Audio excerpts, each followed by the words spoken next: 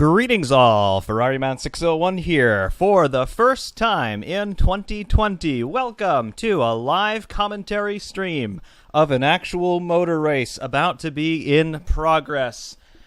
You join me in the 2020 season opener of the NTT IndyCar Series, the Genesys 300 from Texas Motor Speedway. Tonight we have 200 laps on tap for 300 miles of open-wheel racing, the first major open-wheel racing event in 2020. And I'm now waiting for a talk back to see that this stream is actually live, and it appears that it is.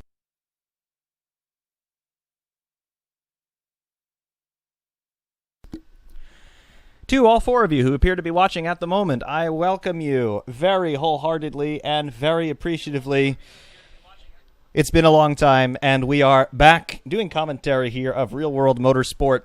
As a disclaimer to anybody who is trying to find this as a stream of the actual event, I am not able, nor am I willing, to show actual footage of the actual event in progress, as that is a violation of all sorts of intellectual copyright and intellectual property laws, and I don't exactly feel like getting into any more trouble with this as of late. However, we are going to be talking about the race in real time, so I do advise you to strategically position yourself between the sound of my voice and your choice of purveyor of broadcast for this. Terrestrially in the United States, this is being carried by your main NBC affiliate, and it is now live on that main NBC channel, Channel 4 here on the East Coast. However, that's going to vary wildly depending on where you are. We are just about, I would say, 10 to 15 minutes away from the green flag in Texas. Royal Stygian, welcome. Desert Racer 75, welcome.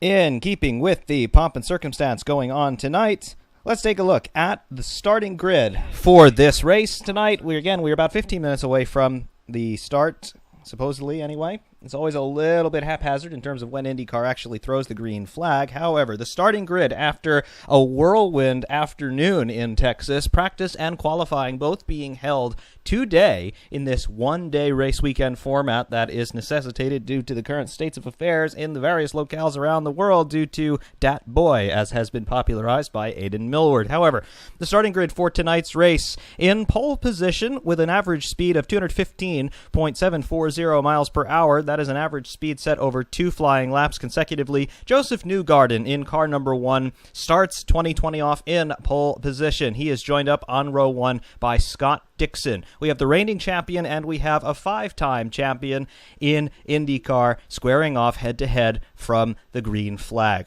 P3 with an average lap time of 215.464 is Simon Pagenaud. So we have 3 series champions all lining up in the first 2 rows. Ryan Hunter-Reay lines up in P4. His average speed 214.311. He's followed in P5 by Zach Veach in car 26. Will Power, another series champion, lines up P6. 213.930 was his qualifying effort. He's going to be followed up in P7 by Graham Rahal. Alexander Rossi lines up in 8th. His average speed 213.689. And again, these are some very interesting qualifying performances that we are seeing from these front runners simply because of the lack of track time. Texas Motor Speedway was effectively completely green because no one's been running here because nothing has been happening. So the practice session early this afternoon was all about just trying to get some rubber down on the surface, trying to clean up some of the dirt and other things that just blow onto these places when they happen to be uninhabited, as has been the case for the first 6 months of this year, more or less. So the track rubbered in over practice. Qualifying, some teams got it right, some teams got it wrong, hence we're seeing some wildly disparate speeds as we go up and down the field here. Felix Rosenqvist begins his second full year in IndyCar in P9. 213.560 was his qualifying time. P10, Tony Kanaan running a tribute livery to his own championship livery. You'll see 7-Eleven colors on that car as the race unfolds. His average speed in qualifying, 213.388. Marco Andretti in the number 98 machine lines up in P11. He is followed by Charlie Kimball in P12, number 4 for Charlie Kimball. Ed Carpenter lines up in 13th, 212.714, his average speed over his 2 laps. He's followed by rookie sensation of 2019, not so much a rookie anymore, Colton Herta lines up in 14th. Colton Herta, already a 2-time winner in the NTT IndyCar Series. James Hinchcliffe lines up in P15, 212.603 was his time. He's followed by rookie Alex Palou of Spain in P16. It's the first time that Alex has ever driven an oval in anger. 212.504 was his qualifying average speed. P17, a familiar name to some of you, Marcus Ericsson lines up behind Palou in P17. 212.040 was his average speed. Patricio O'Ward lines up in P18, 212.013 for his average speed. He's followed in P19 by Connor Daly. P20, Oliver Askew, another rookie who I believe has not driven here before either. He lines up in P20, 210.839 was his average speed.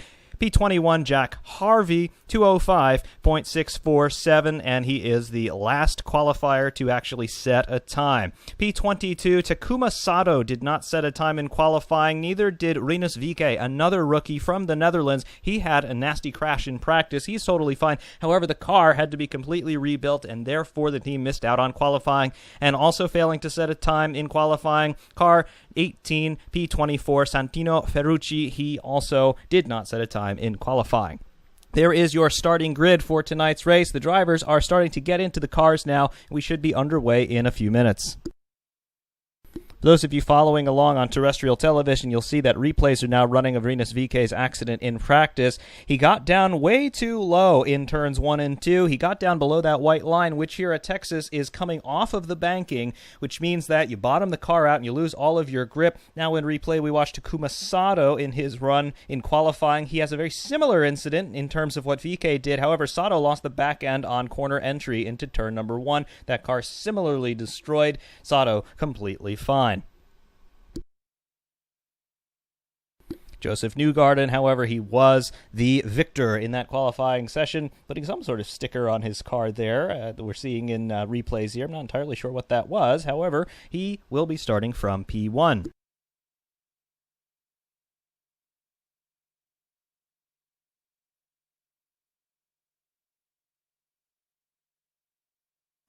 Next is AOR. Welcome. Thank you very much. And yes, getting word that Takuma Sato's car is passing scrutineering at the moment.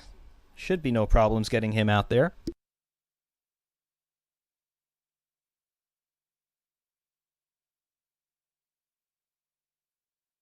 In addition to this being the first race of 2020 for the NTT IndyCar Series, this is also the first race in which these cars will be running Aeroscreen. You will see that the Dallara IR18 chassis looking a little bit different this year.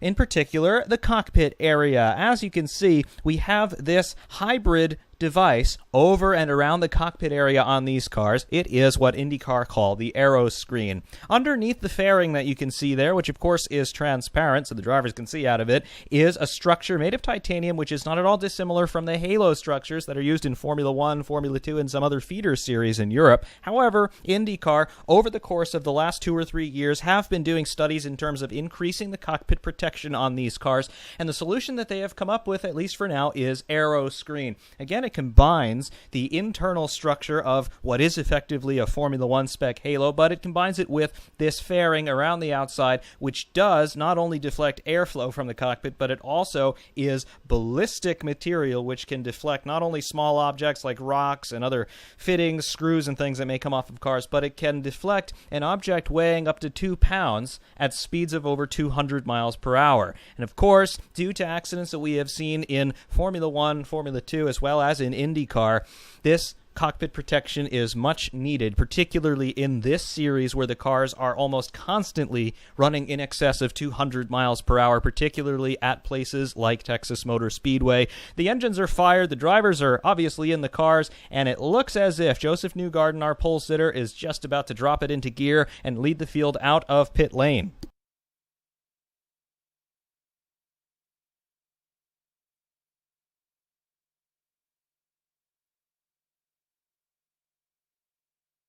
Getting word that something may be wrong with the Andretti Autosport cars. Just trying to figure out if we can get any more information about what's going on.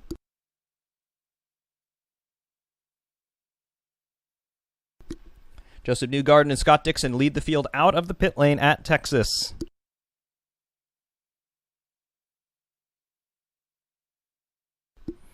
The Andretti Autosport cars, there are 4 of them in this race. They are Zach Veach, Alexander Rossi, Ryan Hunter-Reay, and James Hinchcliffe.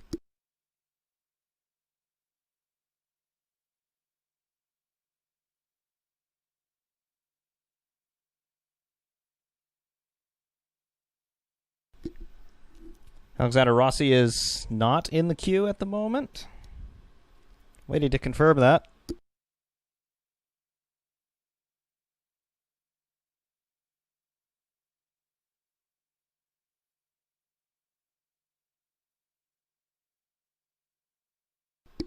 I assume that the Harding Steinbrenner car of Colton Herta is fine. Marco Andretti, waiting to confirm that he's out there.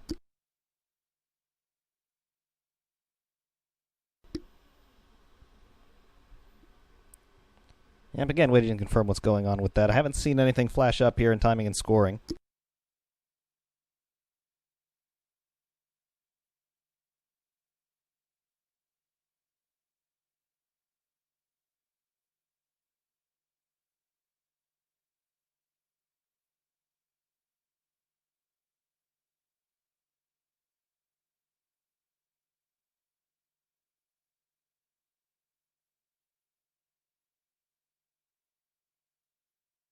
See, Marco Andretti is away, and he is in the queue along with everybody else.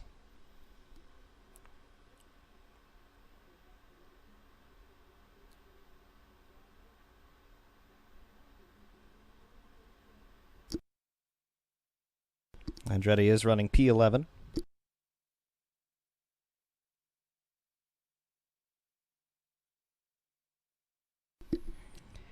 And yes, we can confirm that Alexander Rossi is not on track at the moment. We knew that Takuma Sato's car was still in scrutineering, and I assume that it...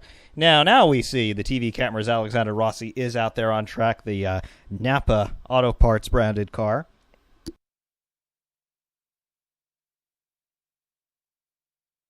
We assume that he will have to join the back. His cameras take us temporarily on board with Felix Rosenqvist.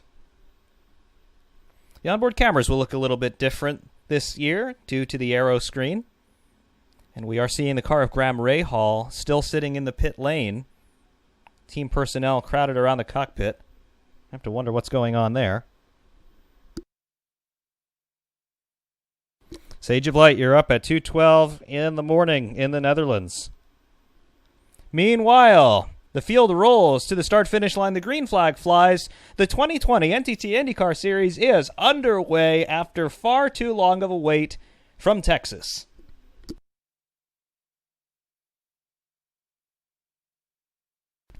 The field getting racy immediately as they fan out across the backstretch halfway through lap 1. The order at the front appears to be unchanged at this time. We'll confirm this at start-finish where they are crossing now. The order at the end of lap 1 is Newgarden, Dixon, Pagenaud, Rosenqvist, Power, Kimball, Carpenter, and Herta, your top 11. Marcus Ericsson is up into P12. James Hinchcliffe into P13. Seeing several drivers moving up all the way through the field due to the problems for Graham Rahal. Takuma Sato, I believe, has not taken the start. He is already scored as being 2 laps down. Graham Rahal has neither taken the start.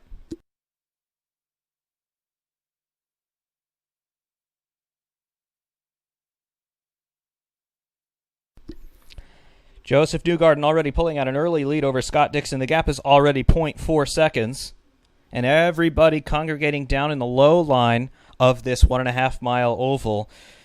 The track state is going to change significantly throughout the stints here. First of all, this is a day into night race. You can see that the sun is quite severely shining in the area about halfway between turns 1 and 2, and the entire back straight is bathed in sunlight at the moment. However, as the field goes into turn 4, they fall back into shadow, and they remain there until they get through turn 1 once again on their next lap. However, the sun will be going down in about an hour, hour and a half's time, so the track temperatures will progressively get lower from here. Additionally, we have a little bit of an unknown factor going on in terms of tires. IndyCar, in a very rare move, have put a cap on the maximum tire stint length that these cars are allowed to run. 35 laps is the maximum tire stint length this time around. They're doing this because Firestone, the official tire supplier for the NTT IndyCar Series, have been unable to resume their operations due to the ongoing pandemic. Therefore, they are using old stock tires. They are a combination of tires that were produced for this race in 2019, as well as tires produced for the 2019 Indy 500.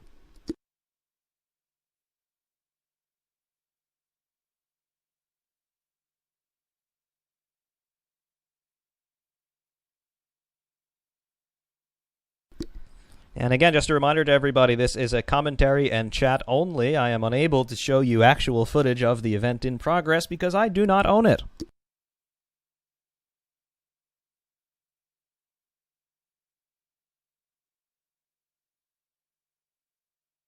Terrestrial television now going into break here in the United States, taking a look at timing and scoring to see if anything has changed. We remain green on lap 8 of 200. We've had a pit stop for Alexander Rossi, and there was one other car in. I could not quite see which one it was. Order at the front remains Newgarden, Dixon, Pagenaud, Veach, Rosenqvist, your top 5. Charlie Kimball in P6. Will Power in 7th. Marco Andretti is 8th. P9 is Tony Kanaan, and P10 is Ed Carpenter. Colton Herta is up into P11. He's followed by Hinchcliffe, Ericsson, Daly, Pillow doing well in 15th for his first oval start. O'Ward in 16th. VK, the Dutch rookie, in P17. He's ahead of Santino Ferrucci. Oliver Askew in the S&P McLaren in P19. P20, Jack Harvey. 21st, Ryan Hunter-Ray. Ray Hall is still shown as 2 laps down, but he is underway now in P22. Rossi has pitted and resumed. He's 3 laps down in P23. P24, and currently classed in the pits, not having taken the start, is Takuma Sato.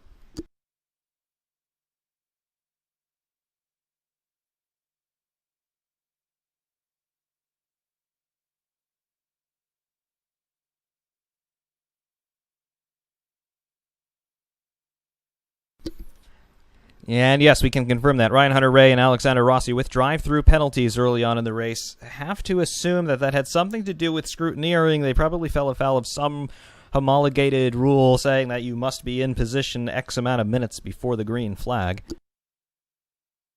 We'll look into that story, see if we can find anything.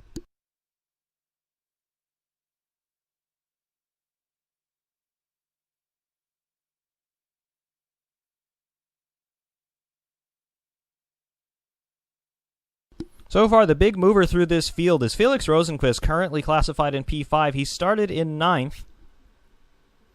He continues to set competitive times at the moment. His last lap speed, though, was 203.656 miles per hour. Compare that to Joseph Newgarden in P1, 208.860 in clean air was his last lap. 209.215, Scott Dixon behind by 0.3405 seconds.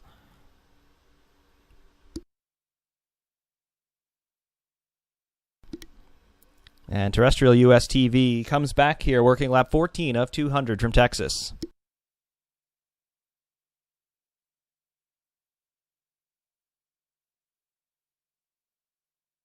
Still waiting to see if Takuma Sato is going to get underway. We're not seeing him at the moment. Meanwhile, Graham Rahal is in P23 at the moment. Alexander Rossi up into P22. Rahal showing as having pitted and exited.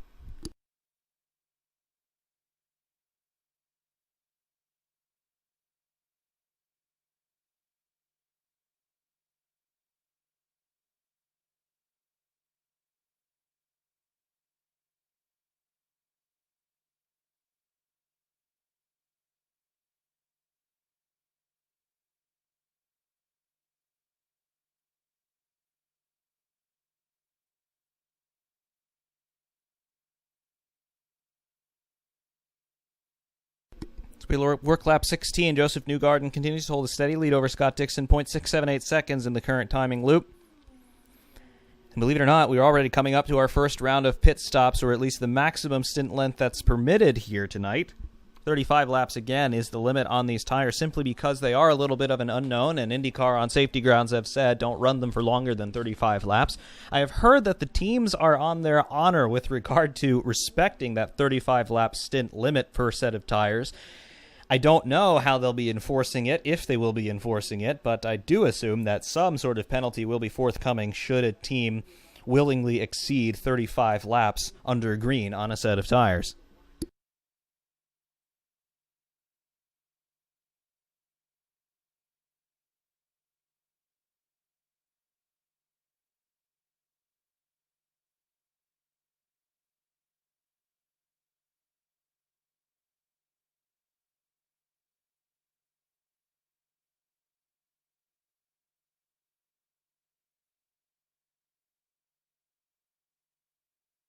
'8802 Gator, welcome. F-Man streaming a race. Is it 2017? Well, as a matter of fact, it may as well be 2017. I don't know what year it is anymore.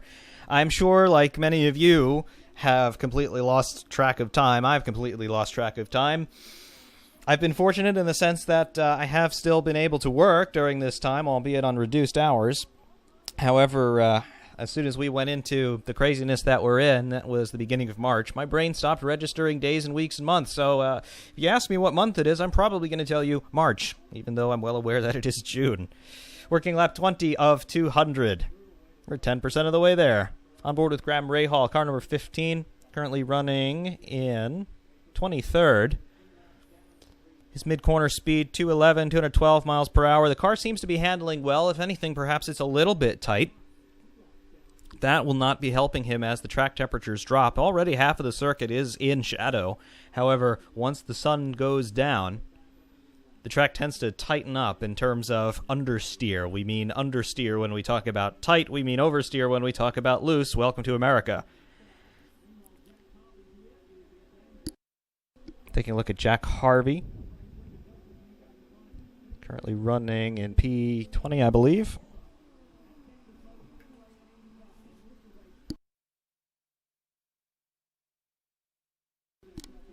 Yes, Harvey is P20 and one lap down at this time per timing and scoring. The initial stint of this race, really, this is a whole new world for these guys. They have not driven these cars in anger for 9 months. The last time that IndyCar had a race was all the way back at Laguna Seca at the end of 2019. Obviously, the season was supposed to have started before this. The first race was supposed to be in March on the streets of St. Petersburg, Florida. However, the world said otherwise. 2020 said otherwise. So we're about 3 months late in starting this NTT IndyCar series. However, it cannot come soon enough.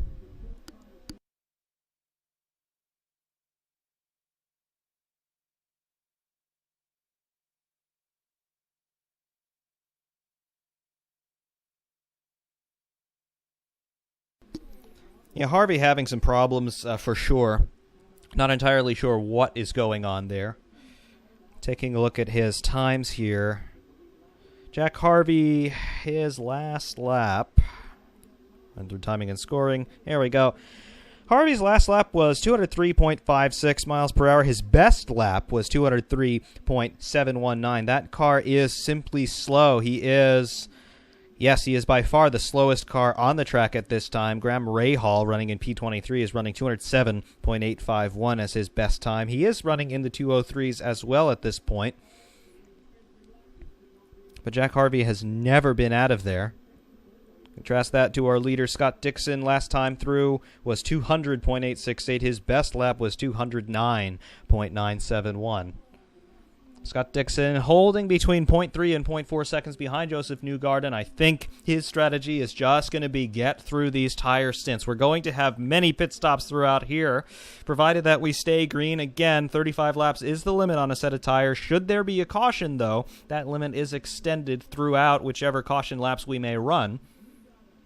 Have to assume, though, that if we were to get a caution at this time, everybody would dive into the pits regardless.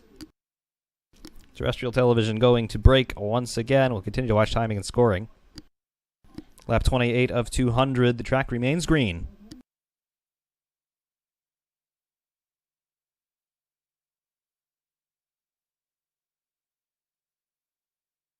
Sage of Light with an interesting question. What makes a top team better in IndyCar? Are the cars truly equal, given that it's a spec series? Well, yes, the cars are equal, given that it is a spec series. All of these cars are built by Dallara. They are all the Dallara IR18 chassis specification. They are running a standardized aero kit, which changes for ovals or road courses, depending on wherever the series goes.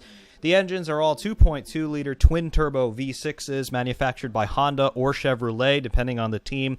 In this configuration, they're running about 550 horsepower. And, of course, that will also vary depending on what track we're at, and even sometimes the atmospheric conditions. Sometimes they allow them to close down the wastegate a little bit more and get some more power.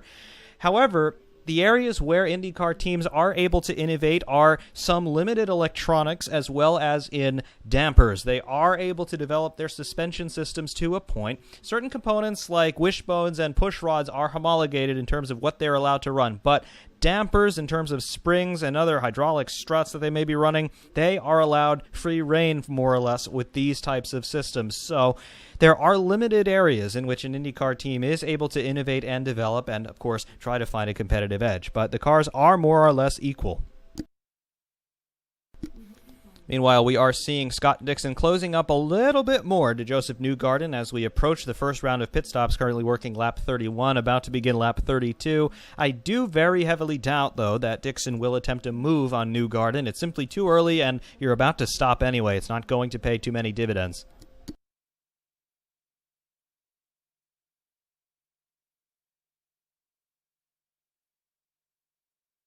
Dixon all over the back of Joseph Newgarden, who has suddenly slowed. Scott Dixon has taken the lead. Coming to the end of lap 32, Newgarden has dropped back significantly, and he's about to fall into the clutches of the car behind. Simon Pagenaud is behind. Does Newgarden have a problem? His last lap speed there was 196.738 miles per hour. Scott Dixon and Simon Pagenaud were both over 200. Somebody diving down into the pits now. I believe that is Joseph Newgarden, and indeed it is. Coming to the pits first to blink here on lap 34, Joseph Newgarden to the pits. Newgarden just very suddenly slowed up, though, on that previous lap. Have to wonder what's going on. See if we can get a better look at his tires as they come off the car. But he comes down to the 60-mile-per-hour pit lane speed limit, stage 1 of the 2-stage pit lane speed limit here at Texas. Newgarden brings the car into the box. The fuel goes in. The tires come off. The tires come on. Fuel comes out. Little bit of a wing adjustment there on the front end, and he is away. 7.9 seconds at pit stop. Newgarden now goes into the second stage of the pit lane speed limit, which here I believe is 90 miles per hour. The cars have to remain at 90 miles per hour down there on the banking before they're allowed to rejoin the track proper on the back straight. Scott Dixon also coming down into the pits now. He's a lap ahead now of Joseph Newgarden. Dixon crosses the limiter line in the pits. Zach Veach, for the moment, inherits the race lead. Simon Pagenaud also coming in behind Dixon. Rosenqvist, Kimball, Power, Carpenter, all coming to the pits. Kanan, Herta. Again, this is the limit on green flag stops, so the entire field will come in now. Normal pit stops for the PNC Bank Honda of Scott Dixon. Will Power pitting immediately ahead. Simon Pagenaud exiting the pits. It's fast and frantic action here on pit lane. However, race leader Zach Veach now comes in a lap ahead. Marco Andretti comes in. James Hinchcliffe, Marcus Ericsson. Again, the entire field must pit now. Seeing Santino Ferrucci now coming down into the pit lane, I believe.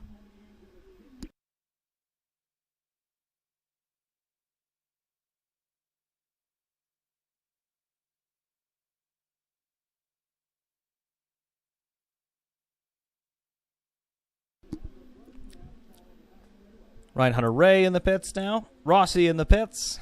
They should be the last of our stoppers. Again, we are talking about cars that were 1 or 2 laps down, so they are not falling afoul of the 35-lap rule on technicality. Ram Rahal also shown in the pit lane. And we have an incident on the back straight. That is Rinus VeeKay. And Alex Palou, 2 rookies, 2 drivers making their oval debut this evening. VK continues. He's missing most of his front wing. Pelot has come to a stop down at the bottom of the track. VK has heavy damage to his right rear. Unable to tell if the tire is punctured or if there is more damage than that. VK now brings the car to a stop at the bottom of the banking exit, entering turn 3. Pelot, however, appears to be done. The AMR safety team immediately with Pelot, and he appears to be moving and talking to the safety team. He hands over his steering wheel, and he now extricates himself from the cockpit. Both drivers, I would say, appear to be okay in this incident. Again, happening on the back straight here on lap 39. Only appeared to be these two cars involved. I would say it was a case of miscommunication among two rookies. Rinus VK has not yet gotten out of the car. We pick up replay now of what's happened here. VK way up high out of turn 2. He spun all by himself on the exit of turn 2, and Alex Pelot right down at the bottom of the track. He could not avoid the spinning VK. The innocent victim in that incident was Alex Pelot. An unfortunate and premature end to what to this point had been a fairly decent debut in the NTT IndyCar series. VK basically having a very similar sort of incident to what he did in practice earlier today, except he was over at the extreme top side of the racetrack rather than the bottom. It was just the smallest of touches between VK and Pelot, but it was enough to ruin Pelot's day.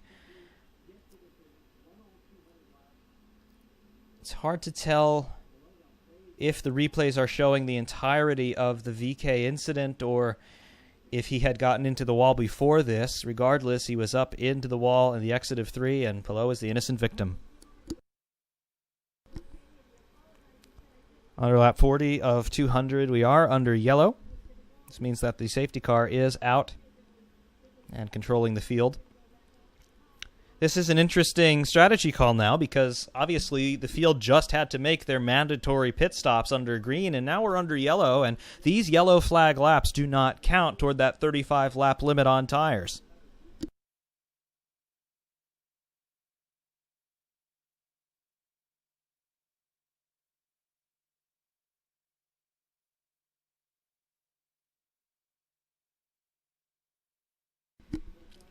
Judging from the replays, it does appear that VK simply got up into the dirty part of the racetrack up high, and the car understeered toward the wall. I'm not quite sure if the car actually made contact with the wall, or if it did make contact with the wall. It was very light.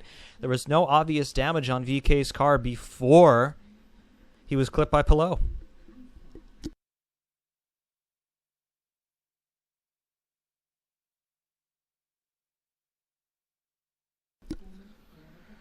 Ryan Hunter-Reay currently running in P19, working lap 42 of 200. We are under caution.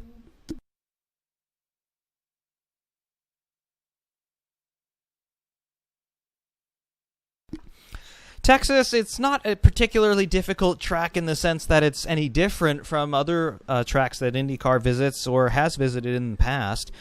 Texas Motor Speedway, it gets its infamous reputation, though, from an aborted kart race in 2001, the old kart series, in some ways a precursor to the modern IndyCar series.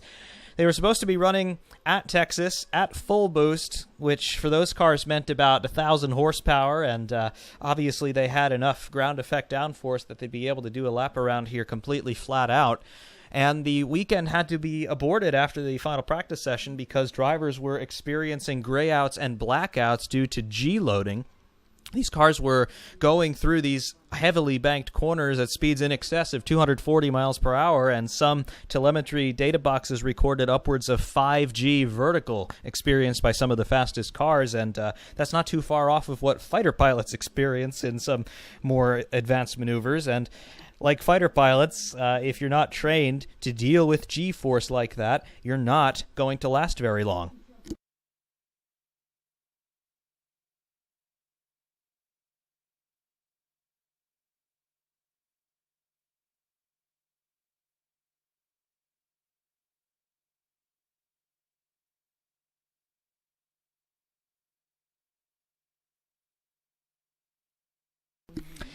Yeah, Sage of Light. If you're interested in learning a little bit more about that weekend in Texas, there is a great documentary, although I will caution you, it is a little bit hard to watch. There are some very graphic scenes in it called Rapid Response. It is all about Dr. Steve Olvey and what has become the AMR safety team that tends to the NTT IndyCar series. But Dr. Olvey was one of the people, much like Dr. Sid Watkins over in Formula One. He was one of the pioneering medical specialists in motorsport safety and in treating injured drivers who had been in high-speed accidents, and it's certainly worth a watch.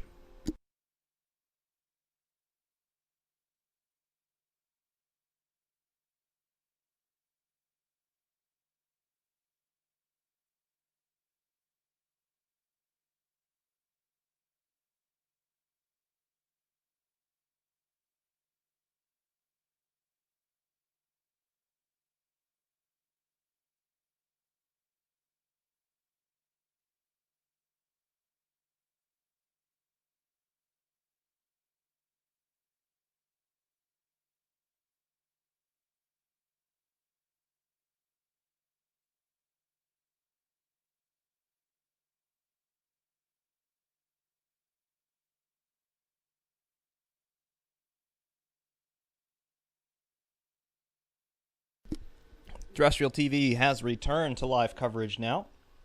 As we work lap 45 of 200, we remain under caution as the marshals continue to clean up the mess on the back straight. There were 2 cars involved and some debris down, but it didn't look too bad. There was no fire or no obvious fluid leaks from either car, so it should not be too much longer.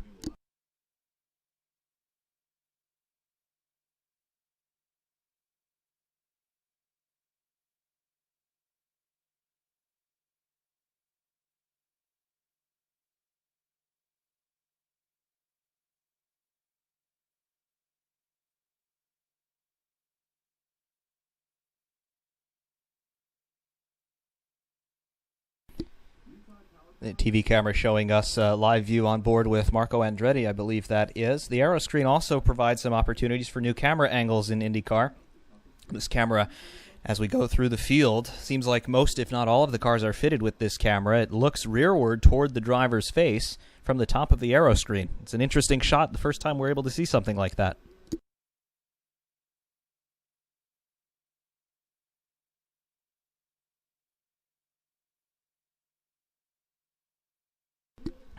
As we await a restart, lap 46 of 200, your leader remains Scott Dixon. He leads over Joseph Newgarden, Simon Pagenaud, Felix Rosenqvist in P4. P5 is Zach Veach, Will Power in 6th, Kimball 7th, Andretti 8th, Carpenter 9th, Connor Daly in 10th. The green flag flies, and we are racing again in Texas. Lap 47 now underway, and we are green.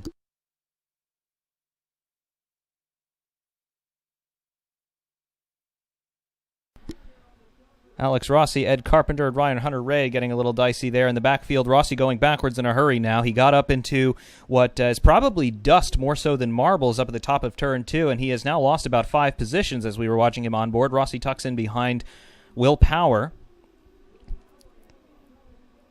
And Charlie Kimball is now attacking Alex Rossi. They go side by side into Turn 1. Kimball could well have the upper hand out of 2.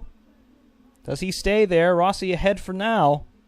He may not stay there. The field continues to fan out down the back straight. Again, it is like the start of the race all over again. They're on fresh tires, and the green just dropped. As we begin lap 49.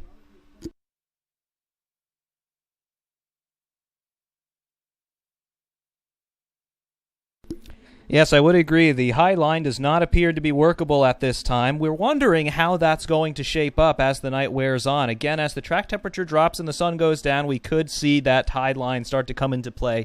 However, we're unsure how that's going to work in terms of marbles coming up off of the tires. I didn't see any unexpected or strange tire wear coming off of any of these cars after that first round of pit stops, and with the tires not being pushed very hard, it has to be said, it's unclear as to how much debris is going to be up in the upper section of the racetrack. So if the track temperatures do drop and it does become more conducive to run the high line, we should see that later on. It's a little bit of an unknown here.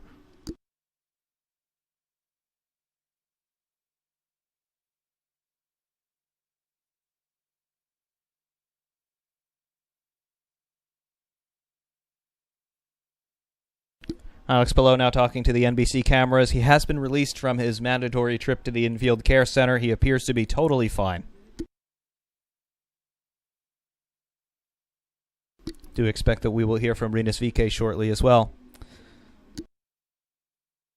Meanwhile, Simon Pagenaud and Joseph Newgarden are currently having a squabble over P2. Newgarden has it. Pagenaud wants it. Pagenaud is in attack position. He is in the slipstream of Newgarden as they head through turns 3 and 4. Pagenaud should have a run coming down start-finish. Newgarden goes low, almost to the grass to defend. Pagenaud looks high into one. He backs out of it.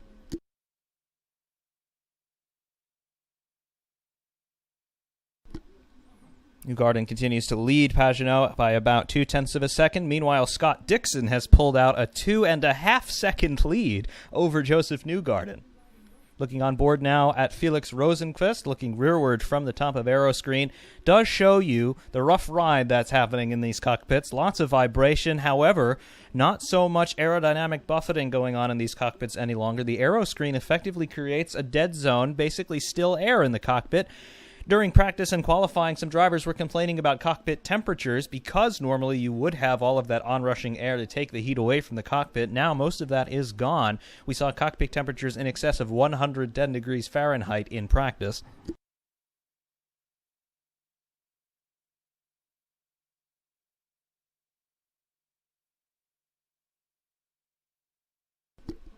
Riding low on the nose of Felix Rosenqvist as he hunts down Simon Pagenaud. This is about to become a three-way scrap for P2. Rosenqvist running in P4.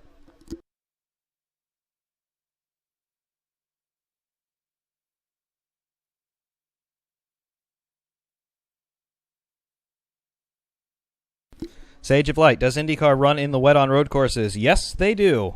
And yes, your question from earlier about how Aeroscreen's going to work in the rain, we don't really know yet. There have been tests run with the Aeroscreen in the rain, and nobody really reported any problems with it, but we don't know. It has not yet been raced.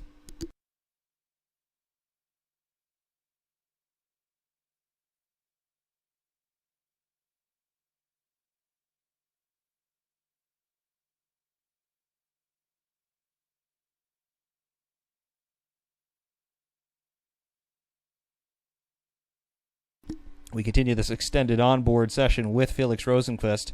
Again, still running in P4. He is slowly hunting down Newgarden and Pagenaud, however.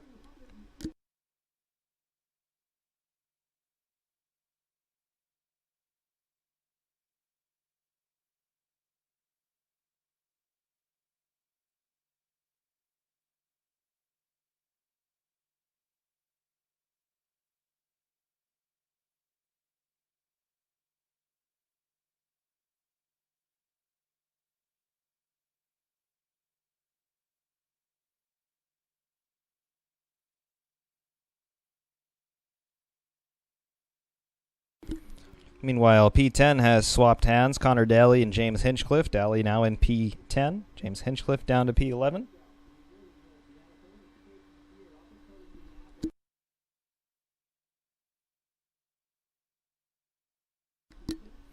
Currently, Felix Rosenqvist is still lapping slightly more slowly than the guys in front. Joseph Newgarden's last lap, 207.098. Simon Pagenaud, 207.071. Rosenqvist, 206.186 that last time by.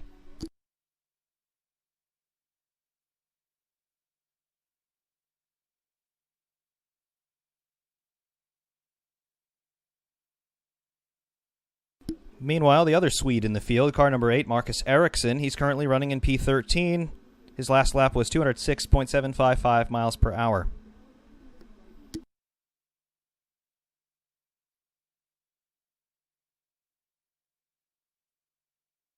Scott Dixon's lead at the front, meanwhile, has grown to 3.5 seconds over Joseph Newgarden. Camera's now picking up Connor Daly, currently running P10. He started in 19th. He is the biggest mover through the field thus far. Remember, we took the restart on lap 47. 46 or 47, one of those. Working lap 62 right now. We will be approaching another round of green flag pit stops somewhat soon, should we remain green.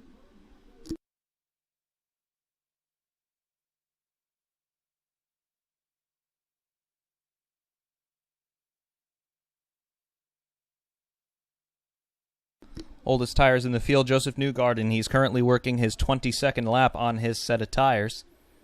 In theory, he'll be first to pit.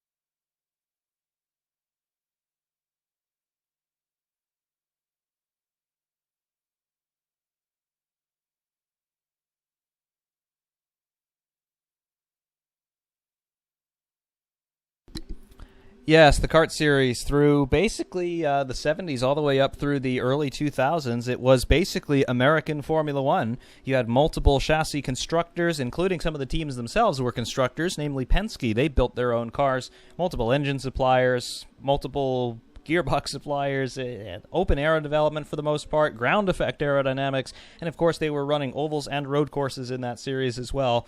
Big horsepower, single turbo, 2.65 liter V8 engines. They were putting out over 1,000 horsepower by 2000, 2001. Lots of power, lots of performance, and big names in those series as well. Guys like Jacques Villeneuve, Juan Pablo Montoya, Alex Zanardi, they had great success in the kart series.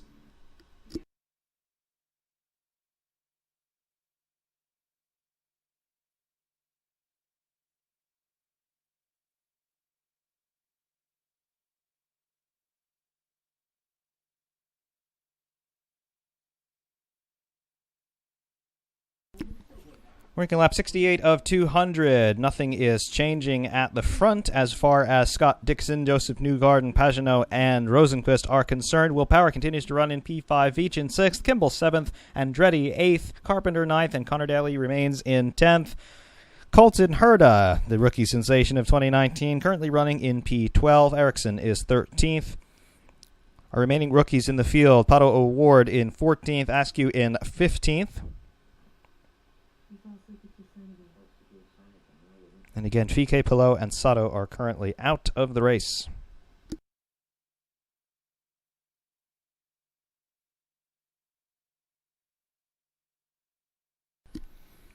Are IndyCar allowing the teams to put any sort of winglets or other aerodynamic devices on the Aeroscreen? I've not seen anything like that this weekend. I don't know if it is strictly prohibited.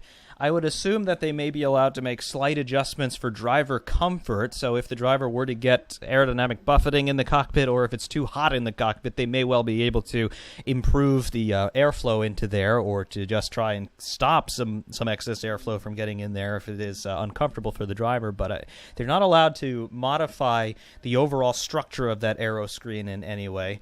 But I don't see any aerodynamic appendages per se on any of the cars right now. We'll have to see if that changes as the season rolls on.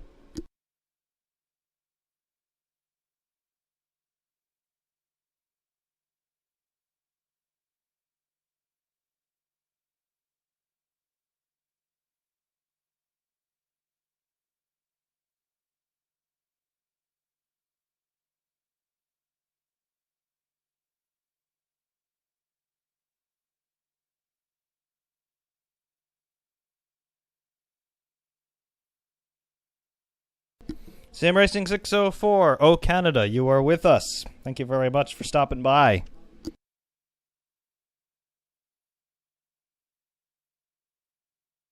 And yes, I actually was I was made aware of that somewhat earlier today by another YouTuber of similar fame to you. And all I have to say to that is, well, to quote James Hunt, all I have to say to that is bullshit.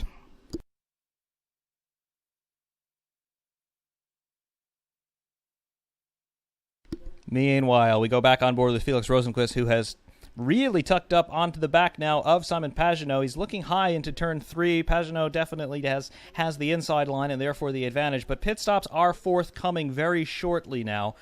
Pagenaud did not get off of 4 very well. Felix Rosenqvist getting very close, but he did have to check up as they cross start-finish. Pagenaud continuing to run low through turns 1 and 2. Rosenqvist again tucks up underneath the rear wing of Pagenaud. He has a run coming down the back straight, but will it be enough? I'm not convinced. Pagenaud jumps on the brakes a little bit and lets Rosenqvist through. Rosenqvist now up into P3. Pit stops must be forthcoming for Pagenaud. Not this time around, though.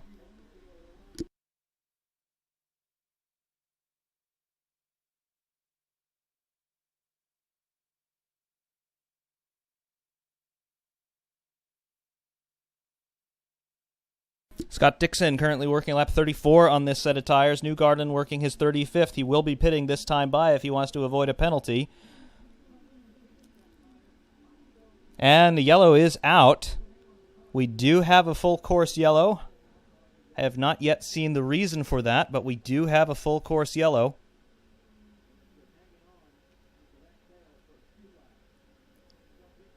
What is the reason for the caution? I've not seen anything on the circuit.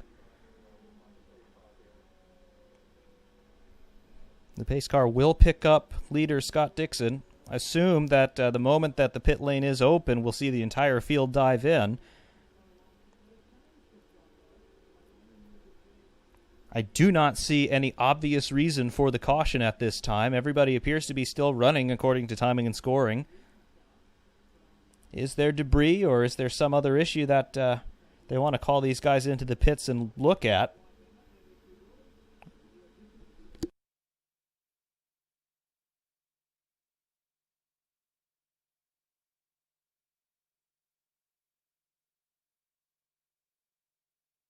Well, the track appears to be clear from everything that I can see thus far.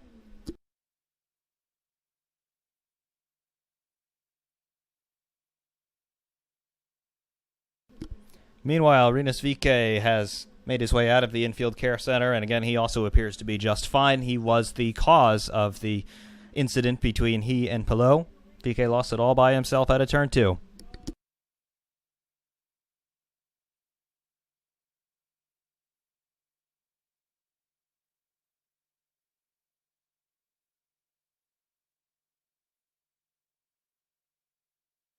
VK saying that he lost the rear on the marbles. So perhaps that does shed some light on what that top side of the racetrack is like. We'll see how that develops. And again, the sun is starting to go down now in Texas. And yes, there was the replay we needed. It picked up VK a little bit earlier on. He got a wiggle going on through the middle of turn 2. He never actually touched the wall. He just spun, and he spun right into the path of Alex Pelot, who truly had nowhere to go.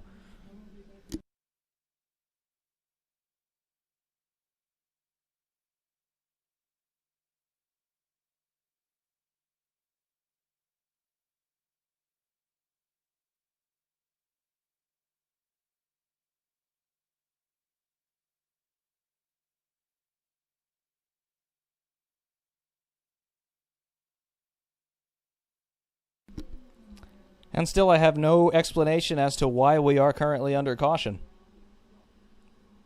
But I do fully expect everybody to dive into the pits. We do have trucks out there in turns 3 and 4.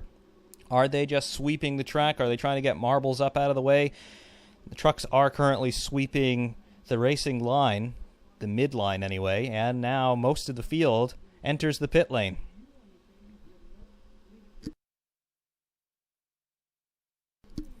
On the screens for the moment are Rosenqvist, Dixon, and Newgarden. Dixon stops in his box first. We should have routine fuel and tire stops from all of these guys and everybody else currently coming into the pit lane. Dixon and Rosenqvist fighting out on the exit of the pits there. Rosenqvist appears to have gotten the upper hand on all of that. It appeared that Rosenqvist was out of the pits slightly ahead of Scott Dixon. Joseph Newgarden, though, having been classed as gained 1 position coming out of the pit lane. Problems for Will Power in his pit stop. Appears that the car stalled after they dropped it off of the jacks. Will Power has restarted, and he has now exited the pit lane. We'll see where he rejoins.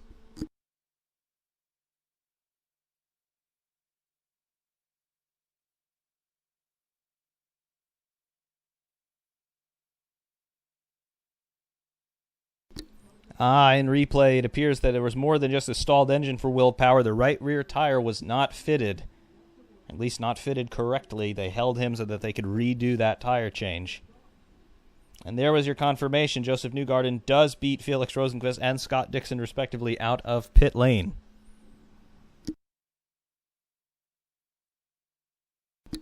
Joseph Newgarden is now shown as your race leader. Felix Rosenqvist in P2. Scott Dixon should remain in P3. We're just waiting for timing and scoring to shake out. It always goes a little bit haywire when there are a whole bunch of pit stops at once, as has been the case tonight.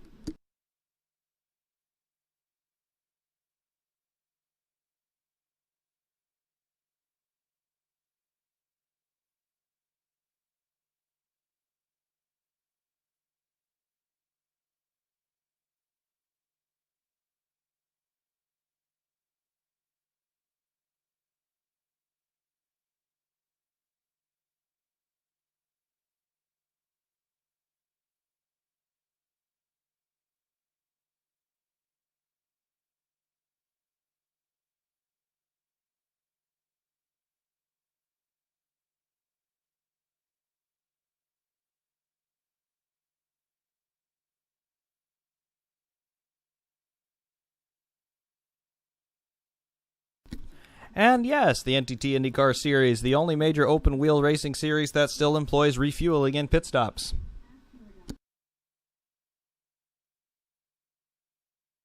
Sage of Light, yes, somebody had to ask this question. Fernando Alonso and IndyCar. We all know what happened in the Indy 500 last time out. Fernando Alonso got bumped because McLaren couldn't paint the car the correct shade of orange, basically.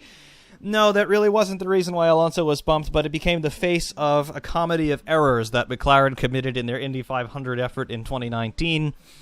No management, no strategy, no plan, a lot of hubris on their part in terms of thinking that they were guaranteed to make the race and that they were going to be competitive. Nope, bumped by a privateer entry at literally the last call.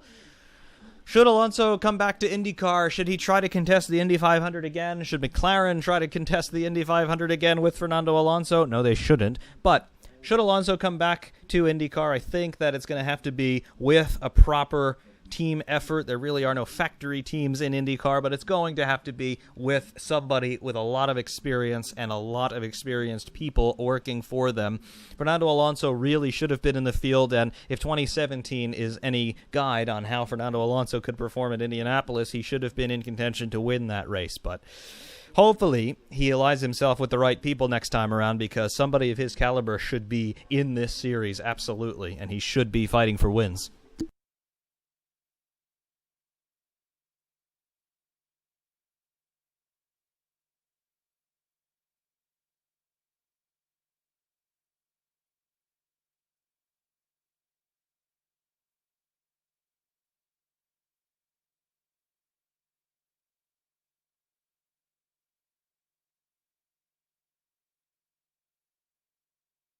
Yes, that 2017 Indy 500 effort from Fernando Alonso, that was with Andretti, and he led the race for much of the way, and he probably was going to be in contention to win it by the end, but as happened so often in the twilight years of Fernando Alonso's Formula One career, a Honda engine let him down. I'm not sure he would have won that Indy 500 that day, but I'm sure he would have finished in the top 5 for sure. He should have been there.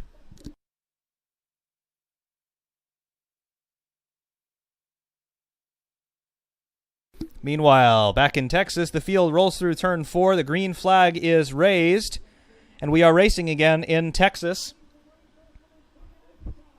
Currently working lap number 86 of 200, now lap 87. Joseph Newgarden leads Scott Dixon and Felix Rosenqvist away. Dixon up into P2, Rosenqvist down in P3 now, Pagenaud 4th, Veach 5th. And once again, just as we saw at the previous restart after the first round of pit stops, everyone fanning out down start finish, but nobody looking to the high side. The high side appears to be an absolute no-go danger zone right now. We never got any official reason for that caution. There was no incident on track, and I did not see any major debris out there, but the sweepers were out. I have to assume it was to sweep marbles.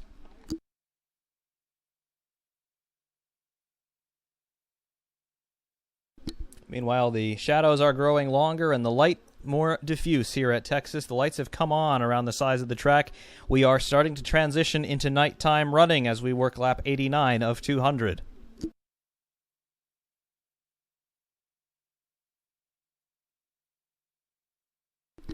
Dylan Delgado, hello. Good to see you here. Do you think Wickens will return to racing at any point? I hope so. I sincerely hope so. If there was anybody who really deserved a second shot at his high-level racing career, it was Robert Wickens. I was there that day at Pocono when he had his accident. I've been following closely his road to recovery right now. He is up and walking now. It takes great effort, and it takes external support at times for him, but he is able to walk once again. He continues to build strength in his core and in his legs, and hopefully before too long we'll be able to see him drive a car again. Meanwhile, at the front, Scott Dixon has just disposed of Joseph Newgarden, and he retakes the lead of this race. That was quite an authoritative move by Scott Dixon. Meanwhile, Joseph Newgarden about to fall into the clutches of Felix Rosenqvist if he's not careful. Rosenqvist tucking up underneath the gearbox of Newgarden, who has pulled out a little bit of a gap once again. I have to wonder if it was a little bit of a bobble by Newgarden or if Dixon is simply that much faster. It's been half a lap, and the gap is already 0.8 of a second.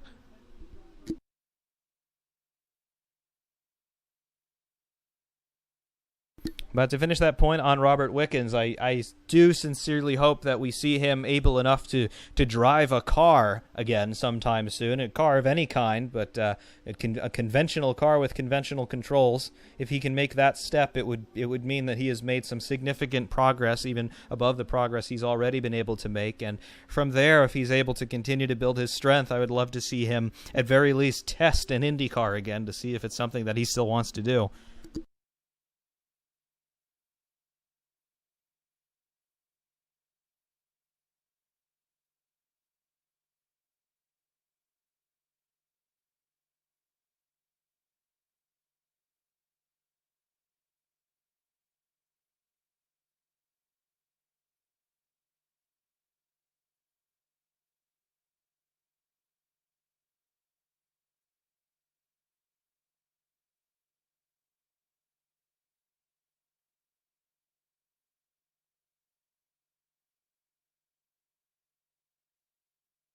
Meanwhile, in 2 laps, Scott Dixon has pulled out a 1.7-second lead over Joseph Newgarden. These are times that we typically see on road courses. We're on an oval where these guys are, in theory, flat out most of the way. That is some driving from Scott Dixon. That car is absolutely in the sweet spot right now for the Kiwi.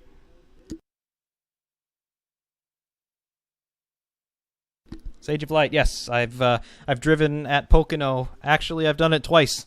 And and I've also visited Pocono another 3 times for the IndyCar races that used to be there. The race for 2020 was not going to happen anyway, and now it's certainly not going to happen. But it's definitely a very cool experience to be able to drive an open-wheeled car on a racetrack. You start to, even though you're doing speeds that are nowhere near what most of these guys are doing in their day jobs, you really do start to understand just what's actually going on when you're watching this stuff on TV. And I'll say that I have not looked at a piece of onboard footage quite the same way since.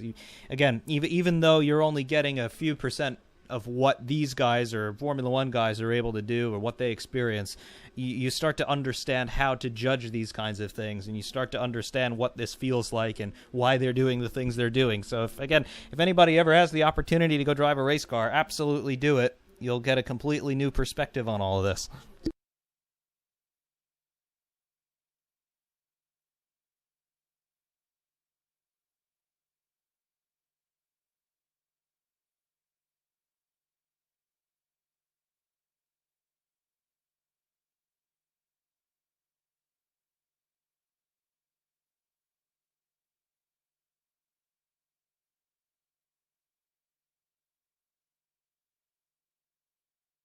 An extended replay of that Will Power pit stop last time through the pits.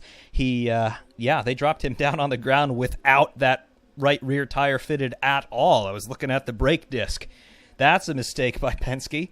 Meanwhile, working lap 100 of 200, Scott Dixon is your leader by 2.4 seconds over Joseph Newgarden. Felix Rosenqvist in the final podium position at the halfway point. Pagenaud in 4th, Veach in 5th, Kimball 6th, Carpenter 7th, Andretti 8th, Herta 9th, Daly 10th. Marcus Ericsson, the other Swede, is in 11th.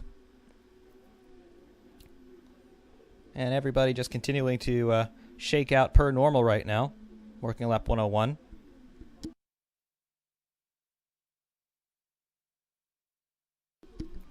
Sage of Light, is there such thing as an unsafe release in IndyCar? Yes and no.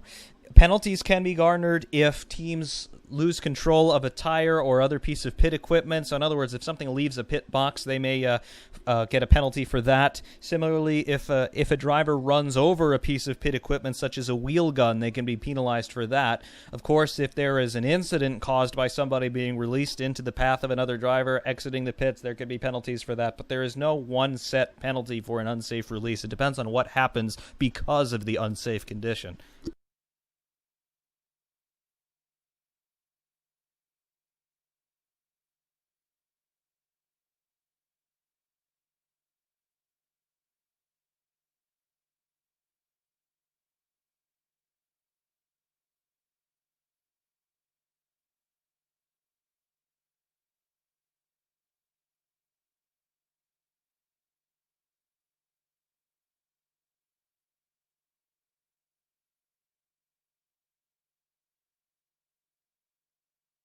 And 8802 Gator, I have to say I agree with you. The Aeroscreen looks absolutely fine on these cars as they're running around at speed. Like, I'm sure all of you taking a look at what Formula One did with Halo for the first year there in 2018, it definitely was a bit of an adjustment for the eyes. And to be honest with you, I still haven't quite become accustomed to seeing Formula One cars with halos on them, particularly from the onboard cameras. For me, it really spoils the onboards. We don't get to see the front end working as well as we used to. But IndyCar, I've looked at it through a different lens, and I think it has to do with the reasons behind the adoption of Aeroscreen in IndyCar. Unlike in Formula One, where there certainly still is debate as to whether or not something like Halo was necessary, that didn't exist in IndyCar. We had incidents where drivers were seriously hurt and killed by incursion into the cockpit of foreign objects, whether it was a fence post in the unfortunate case of Dan Weldon, or a piece of debris, a large piece of debris in the case of Justin Wilson, or even accidents like Robert Wickens involving the catch fence but not directly involving the cockpit. IndyCar has had a need for more cockpit protection, and they've done it scientifically. They did a lot of testing on this device. They went through several iterations of this device in open tests that were open to the public. They had coverage of this up on the internet through the entire time. They went into great detail as to why they were making the design decisions that they did, and now it's on the cars, and it appears to be workable. It has added a significant amount of weight to the cars. They're about 50 pounds heavier than they had been in 2019. The cars now weigh 1,700 pounds, which is very heavy for an open-wheeled car. But we can see, obviously, why these systems are on these cars now. Formula One, we've never had an incident where you could definitively say that Halo would have saved a driver's life had it been on the car. There are certain case studies where we can say plausible, but there was no smoking gun to say we need this. IndyCar had that smoking gun.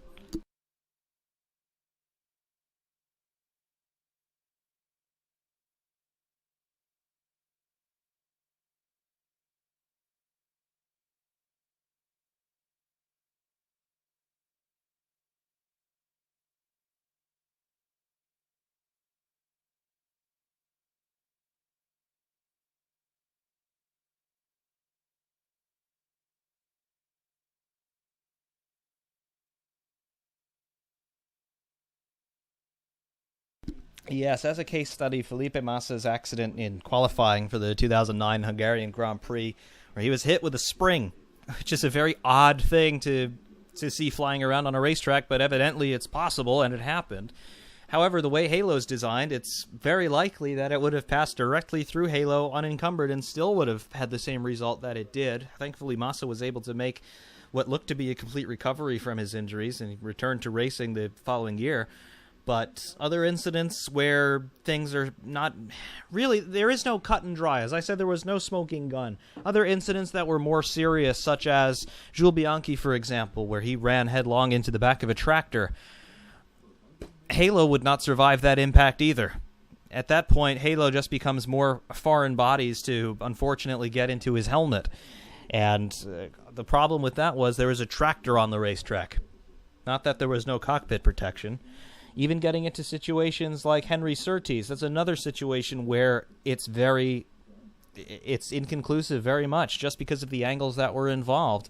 In theory, that tire could have come down directly in the middle of Halo and still been into the cockpit. So it's hard to say in terms of Formula One, was it or was it not required? But IndyCar, you have had incidents, unfortunately, where absolutely you can say that maybe it wouldn't have saved the driver from injury, but it probably would have saved lives.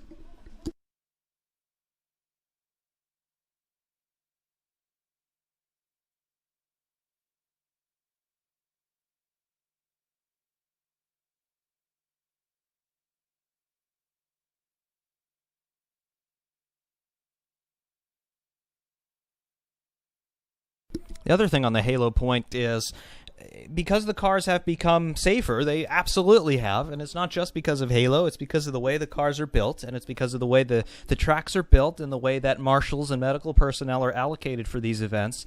It seems to me that, particularly in Formula 1 and Formula 2, it seems to me that drivers just take more risks now, and hence we have more accidents, and in particular we seem to have more silly accidents. If you watch Formula One races from the 90s through basically from the start of Formula One all the way up through the mid-2000s, you just didn't see the sorts of incidents where the back markers are tripping over each other at the start. It just didn't happen nearly as much. And nowadays, in Formula One at least, you tend to see that at every race. It just strikes me that the drivers are not quite as situationally aware, or they're just being more aggressive now because they know that they have more protection. And in my view, that's not what this is supposed to be about. We're supposed to be seeing the best drivers in the world, not just the best risk takers in the world. And when we see these guys taking more and more risks, some of the safety improvements become obviated, in my opinion. Meanwhile, back to IndyCar here, back to Texas.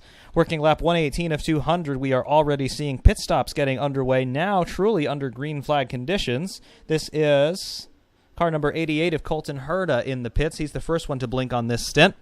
Little bit of a slower stop there. Seemed to have a trouble getting one of the rear tires refitted, but he is now back underway and he is resuming. Meanwhile, Felix Rosenqvist has overtaken Joseph Newgarden in turn 3. Penske having trouble with tire life on the ends of these stints, and these are not long stints either. We're only talking about 35 laps for everybody. Penske definitely did not get their suspension set up right for this event. However, another round of pit stops is forthcoming. Scott Dixon, I believe, is working lap 33 on this set of tires. Joseph Newgarden now being overtaken by Simon Pagenaud. The tires are dead, boys. Pagenaud stays out, as does Newgarden.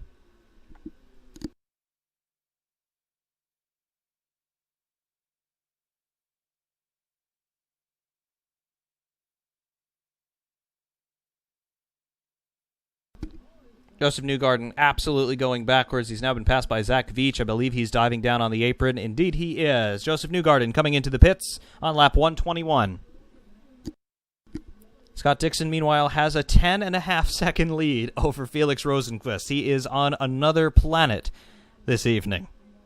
Newgarden now in the pit lane under the limiter. He rolls down all the way to the end of the pit lane. He gets the pit stall at the end because he is the reigning series champion, and he also gets number 1 for that reason. He comes to a stop. The Penske boys take all 4 off and put all 4 back on. Fueling complete, and Newgarden is away. 6.8 seconds was that stop. Scott Dixon stopping a lap afterward. Everything looks good on this stop. Tear-off coming off of the Aeroscreen. That was another thing that we were wondering about with the windscreen on the Aeroscreen. We were wondering about how we were going to keep this thing clean. much like the drivers have been doing for decades now on their helmet visors, they have these plastic tear-offs, these little film plastic inserts that they are able to rip off when they need to clear their vision. They are adapting these systems to be used on the Aeroscreen, much like we've been seeing on closed-top prototype cars for quite some time. They're using tear-offs on the Aeroscreen, and it appears that they are using one tear-off per side because there is a wicker that runs up the center line of the car, and it continues to run up the center line of Aeroscreen and effectively splits it into two panes. We are seeing one tear-off per side, and they are completely separate elements, so they do have to have two additional pit members now out there whose job it is during the stop to pull off a tear-off from each side of the car.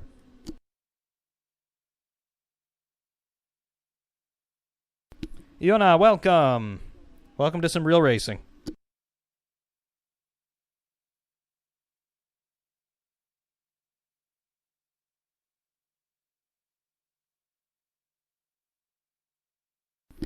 And this is our first proper round of green flag pit stops this time by. This is the third stop rotation. This is the third stop for most of the guys out there. And even after making his pit stop, Scott Dixon still has an 8.5-second lead. These are road course numbers. He's coming up to lap Will Power.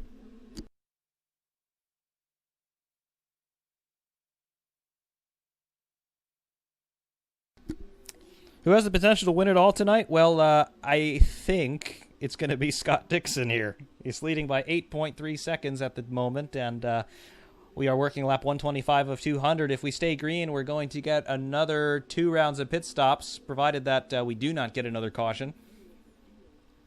However, if he's able to come out of a stop and still have an 8.5-second lead, I think he's got this pretty much in the bag, provided that nothing disastrous happens.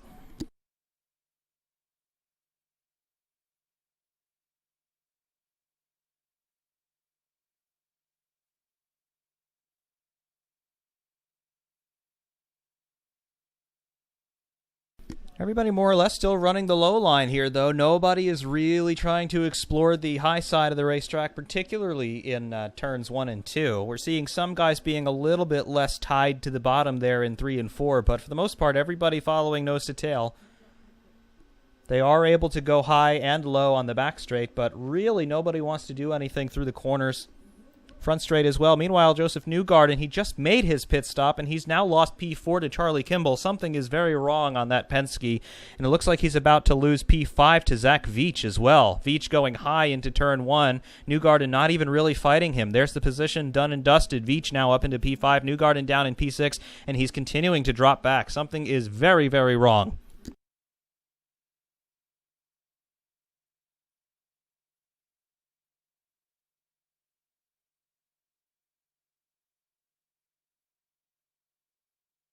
Really have to wonder what the problem is for Joseph Newgarden. It just seems that the Penske can't really switch its tires on, and he's able to come up to pace through the middle part of a stint, but the first few laps coming out and bringing the tires up to temperature, he's slow, and then after about his 15th lap or so, the performance drops off again. It's almost like they have warm-up problems, and then they have graining problems. Seems to be the only car who's having these issues, at least the only one that we've been seeing consistently. Newgarden now about to fall into the clutches of Connor Daly.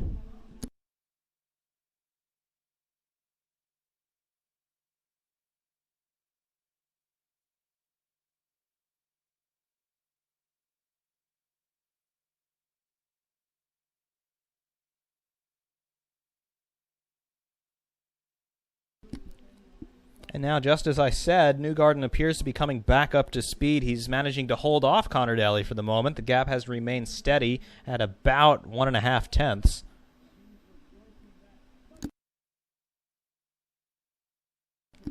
Meanwhile, the cameras pick up James Hinchcliffe, currently running down there in a lowly P21. He is the last car running.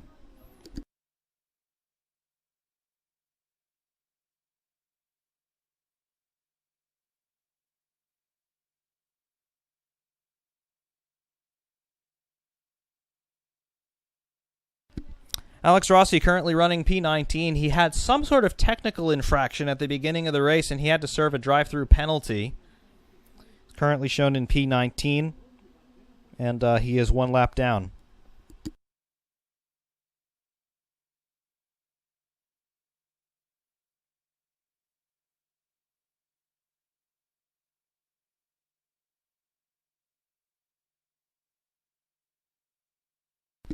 I have no particular allegiances when it comes to Honda or Chevrolet. I would like to see a third engine manufacturer and a second chassis supplier come into IndyCar, and I have a suspicion that it may come from the Fiat Chrysler group in relatively short order, given what's been going on with all of the rumblings in Formula One and a budget cap and things like this. It may come from a little company in Maranello. I'm not sure.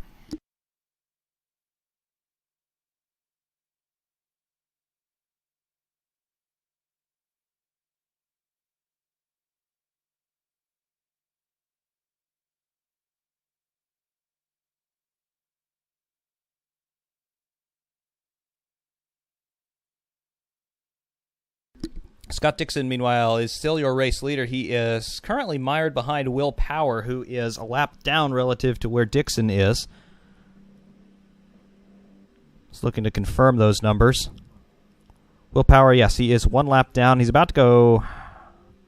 No, he is going to remain one lap down. Scott Dixon is trying to lap the 2018 Series champion. Felix Rosenqvist now only 3.1 seconds back. Just shows you the speed disparity between Will Power and Scott Dixon at the moment. Will Power's last time by, average speed 206. Nope, make that 205.819 as timing and scoring updates. Scott Dixon's last time by 206.264. So running about the same times. That's because Dixon is being held up severely by Will Power. Just like it is on road courses, when you do have lap traffic, there are limited opportunities to get by. There are blue flags in IndyCar. However, I'm not seeing any shown right now. Sometimes they do show blue flags on ovals, but I'm not seeing them yet. So it is up to the drivers to negotiate that for themselves for the moment.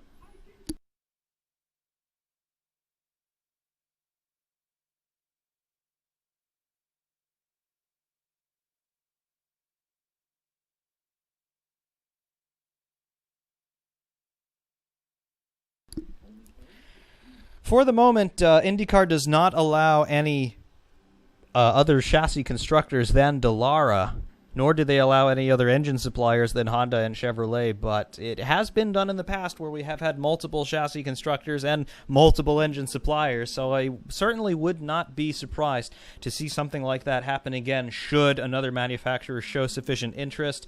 And with Roger Penske trying to make this sport a little bit more tenable in the modern era where everybody is still being a little bit austere with their economic decisions, would not at all be surprised to see him make a smart business decision and open up the rulebook a little bit and try to attract some more manufacturers.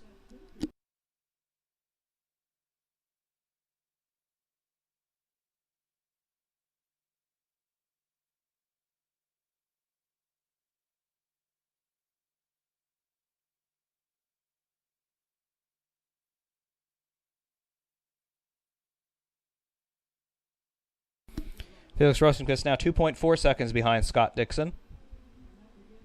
He's still stuck behind Will Power.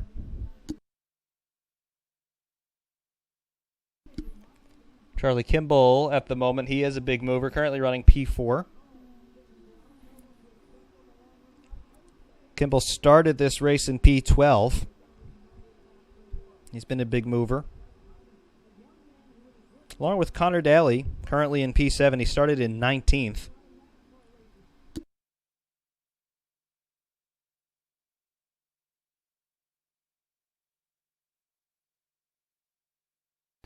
Yes, Ericsson is still in P10.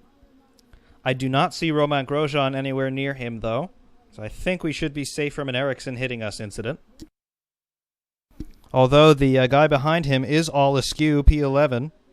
Is Oliver Askew, making his IndyCar debut.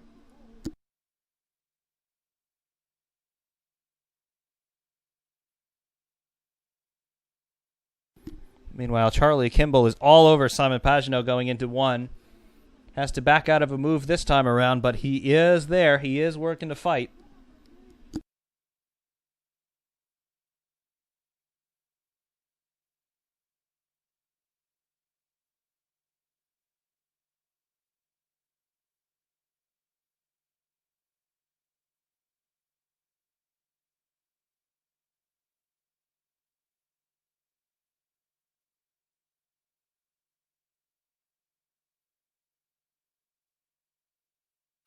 Charlie Kimball drives for AJ Foyt Enterprises in car number 4. It's got a Chevrolet engine in the back of that.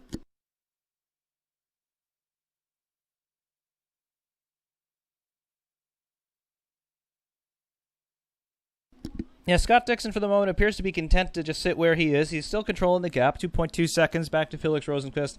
He does have another pit stop to make right now. And if we stay green, he's going to have another 2 pit stops to make. It really does kind of obviate the need to save tires because you're only allowed to do 35 laps regardless. I suppose the only theoretical advantage to being a little bit more conservative would be to save fuel, because at this point, getting inside of 50 laps to go, the more fuel you have on board, that's the less time that you have to remain stationary in the next pit stop, provided that you're going to make it on the rest of the tank on fuel. The last round of pit stops will really be where that comes into play. Do they put a little bit extra on in anticipation that they're going to stay green? Or do they put the bare minimum in there? Because if you, again, just as in any other form of racing, if you carry more weight in the car, that is a performance penalty, and fuel, of course, is heavy. So if you take the gamble of only putting in the absolute minimum amount of fuel that you need to do the rest of your run on green flag conditions, if you get a caution, you're in better shape, and you'll be able to have more performance once you go back green. However, if you're a little bit more conservative on that, you overfuel a little bit in terms of a little bit more than what you absolutely need, then if you get a caution, you're at a profound disadvantage. So it'll be interesting to see what these guys do in terms of fuel strategy.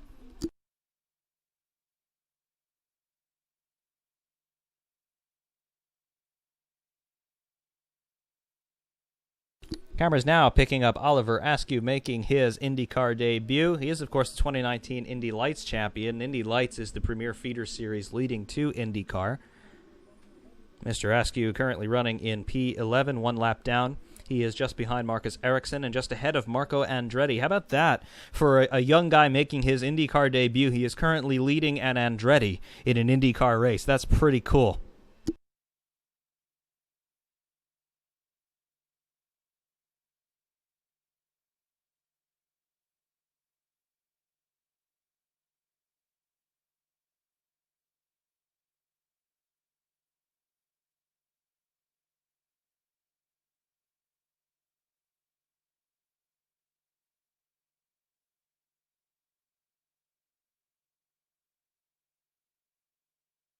Yeah, how about that?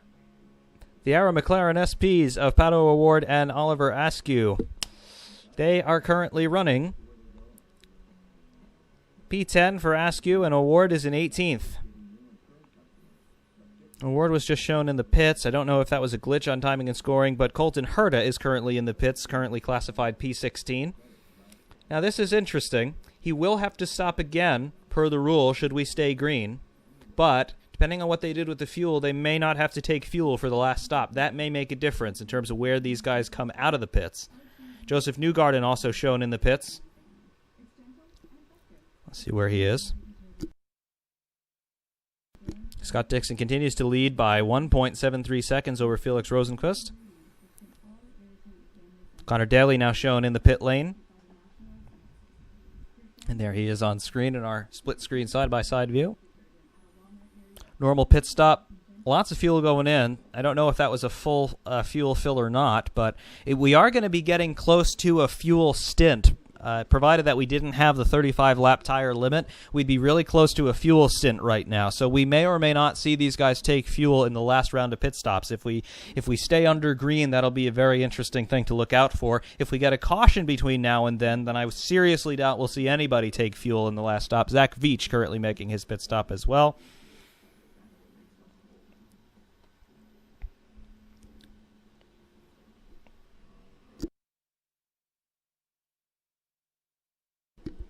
Scott Dixon, race leader, now in the pits. Ryan Hunter-Reay also pits and out. Askew in the pits. Carpenter in the pits. Hunter-Reay in the pits. Picking up Scott Dixon on screen. Watching him turning into the box now. Always very measured with everything he does is Scott Dixon. Into the box, stopping right on the marks. Pit crew goes to work. Very controlled, not fast or frantic, just a good pit stop there. Scott Dixon goes back into the pit lane, and he resumes. Felix Rosenqvist also pits and is out once again.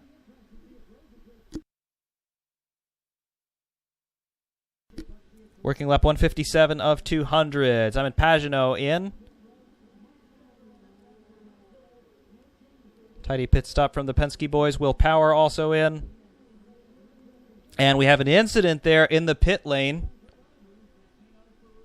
And a Santino Ferrucci in the Sealmaster car. He is sitting all sideways in his pit box. We'll have to see how that happened.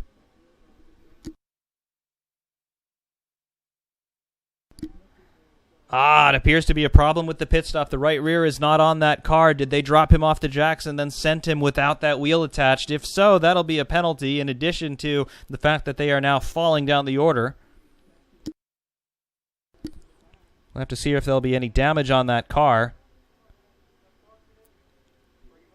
Appeared that the engine was shut off. He probably would have stalled the car without having that wheel on it.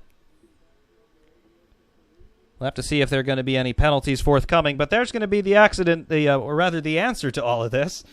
Are there penalties for unsafe releases? We're about to see if they get one. I assume that they will.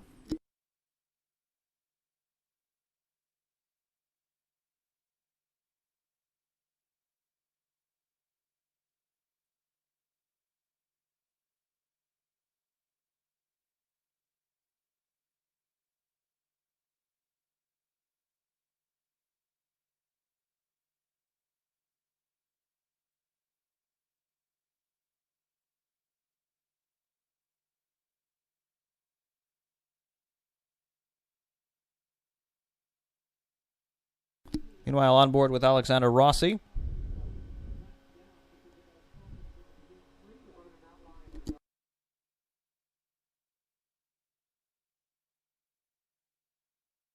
We're looking behind at Graham Rahal at the moment. Santino Ferrucci back into the pit lane now. Is this to serve a penalty or is this for damage? They are checking the front suspension very closely on that car. They've dropped him back down on the ground, but he has not yet pulled away. He shut the car off, and the team are pulling on the rear suspension now. It appears that everything may be okay. Ferrucci's still sitting in the car.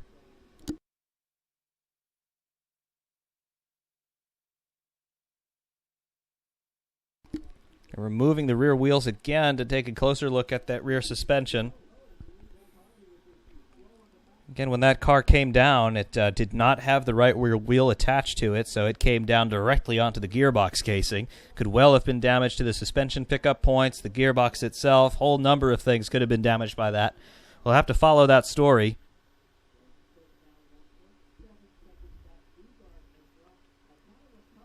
But in the meantime, we have Jack Harvey in the number 60 going very slowly out there. He's currently in front of Will Power.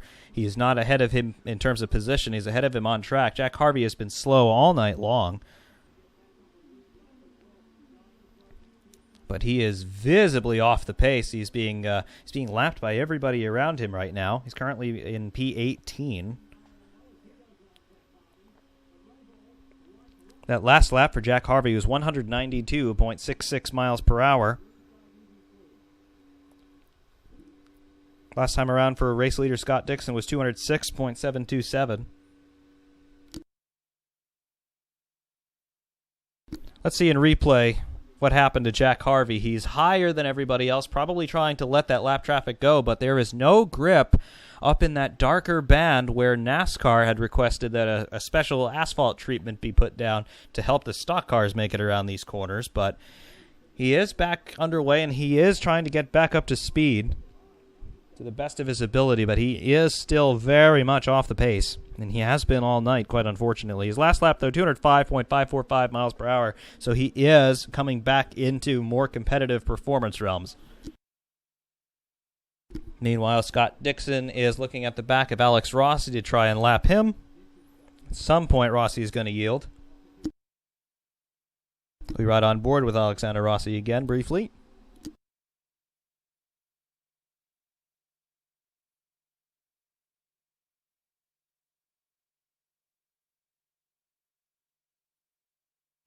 Santino Ferrucci still scored in the pit lane, P21. He is now 12 laps down. I would say at this point that he is not going to be resuming.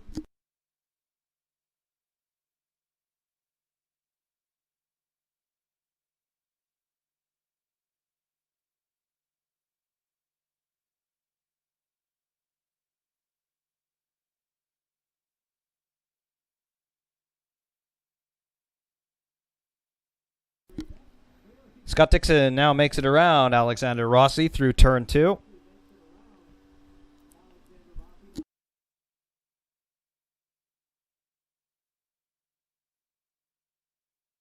Felix Rosenqvist now lapping Alex Rossi.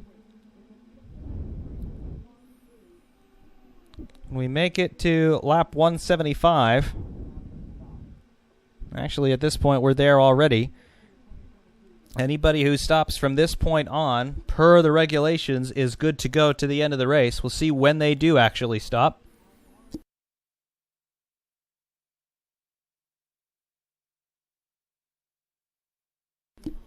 And again, we'll have to watch the fuel. This is when things start to get interesting. The tires, they have to pit again for the tires, but we'll see who takes fuel and who doesn't. If they got a full fill on the last stop, they may well not have to take fuel in this last pit stop. These may be some fast stops coming up.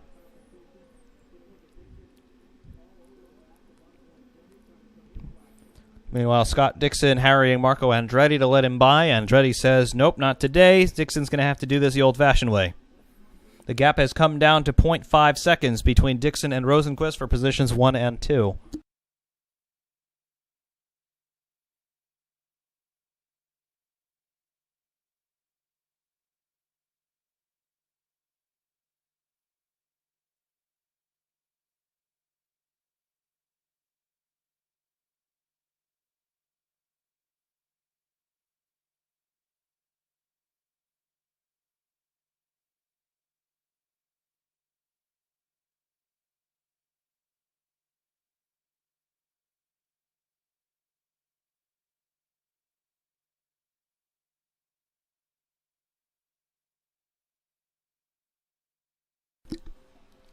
The gap between Dixon in first and Rosenqvist in second holding relatively steady. It is now 0.64 seconds.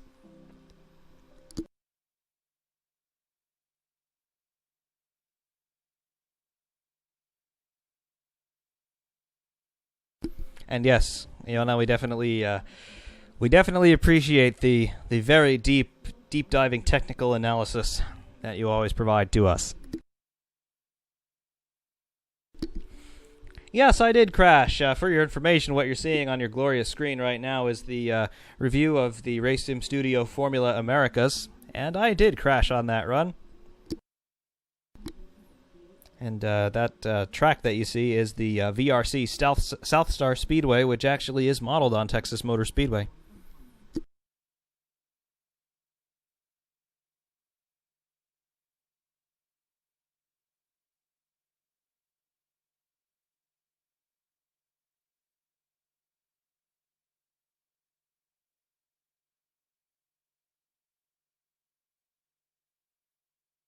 Status quo now. Dixon has some clean air. The gap is going to start increasing, I do fear. 0.5 seconds is the gap right now between Dixon and Rosenqvist. There is some lap traffic up ahead. Marco Andretti is still there, but Dixon has allowed him to increase that gap a little bit once again.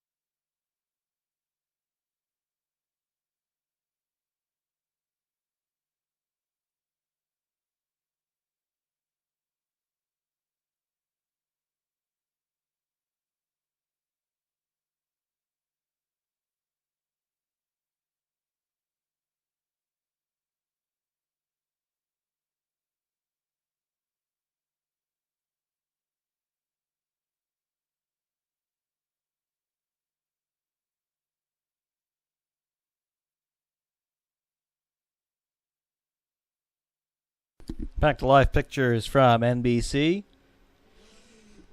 It is status quo up at the front. Again, we are waiting on one more round of pit stops, working lap 180 of 200. 20 laps to go. We need one more round of green flag stops here. If we don't get a caution, and if this race does not end under caution, they need another pit stop.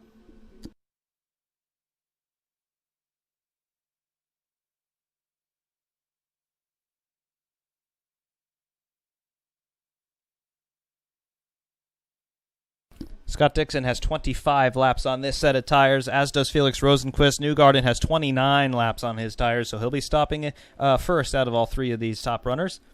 Meanwhile, Santino Ferrucci, he is out of the race.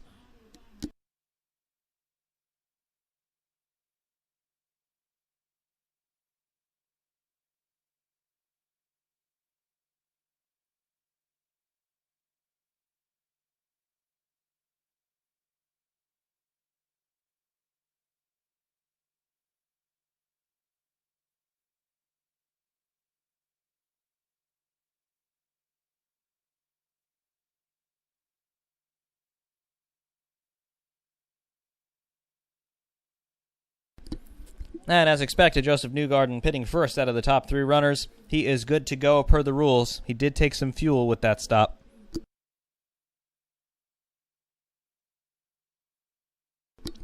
Simon Pagenaud now in the pit stops. Watch the fuel hoses. I have the suspicion these guys may not take fuel or not take a lot of fuel here. Yes, fuel going into the Penske of Simon Pagenaud, but not a lot, only about 2 seconds worth.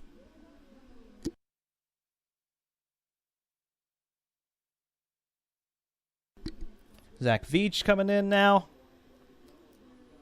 As are Ryan Hunter-Reay, Marco Andretti, Ed Carpenter, Connor Daly, Pato O'Ward, basically half the field.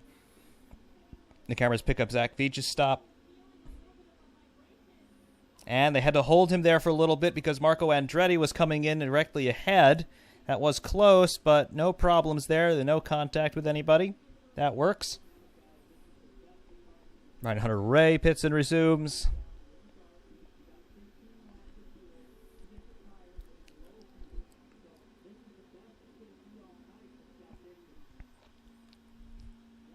Waiting for Scott Dixon to come in. Felix Rosenqvist diving down to the apron into turn 3. That means he is stopping now. We have 15 laps to go. That's going to go by pretty quickly if we remain green.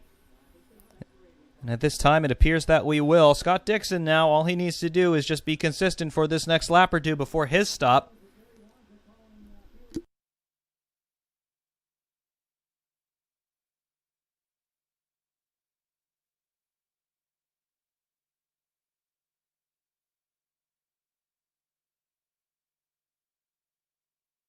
Scott Dixon continues.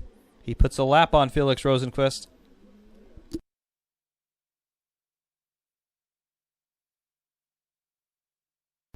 Rosenqvist has exited the pits, and he is resuming the racetrack now. Scott Dixon, he does not show any signs of diving into the pit lane yet. He cannot go to the end, though. He must stop once more. Connor Daly pits and resumes.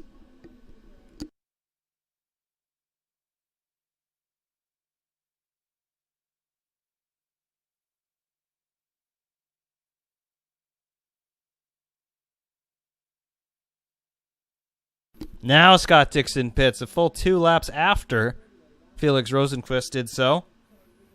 12 laps to go. Does he take fuel? Does he need any? We're about to find out. Dixon comes down to the limiter line now. He is in the pit lane. The bright orange and blue PNC Bank Honda. And Scott Dixon, one of the most consistent drivers the IndyCar Series has ever seen, rolls up for one last servicing by his trusty pit crew. Tear-offs come off of the Aeroscreen from each side. Very little bit of fuel went in. And he exits pit lane and starts to come back up to speed. Oliver Askew pits from P2, if you could believe it.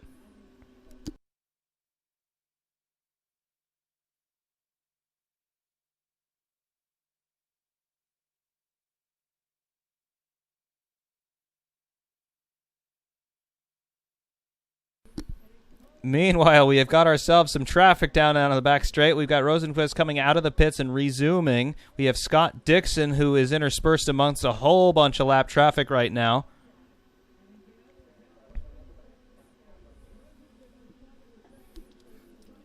We've got Rosenqvist, who is still classified in P2. Wow, that was very, very... Rosenqvist has lost it. He has lost it in P2. Rosenqvist is in the Turn 2 barriers. He has crashed, and he is out of the race. We are under caution with 10 laps to go. Felix Rosenqvist getting up into the marbles and losing it, crashing into the outside barriers in Turn 2 on the exit. And he is not a happy camper right now. He appears to be okay, but he has absolutely just destroyed his steering wheel, punching it in a fit of rage. Chip Ganassi sitting on the pit wall for Scott Dixon. He knows that he just won this race. Felix Rosenqvist appears to be just fine, but he is absolutely inconsolable at this point.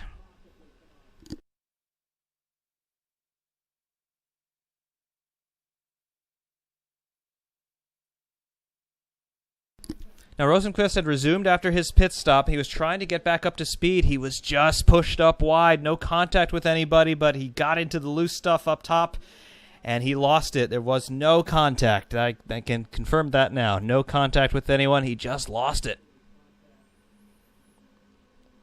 Slick up in that middle groove in the exit of Turn 2, and the rear end just got away from him.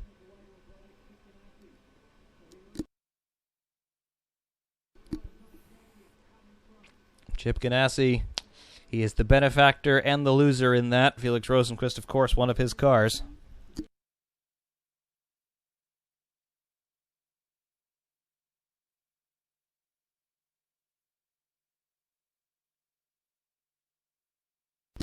It's going to be a cool 1-2 finish in all likelihood for the Ganassi boys. It is not to be now.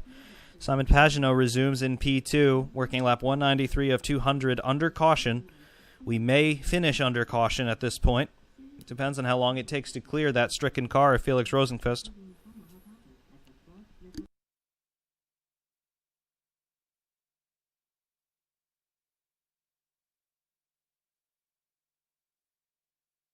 I believe he becomes our 5th car out of this race.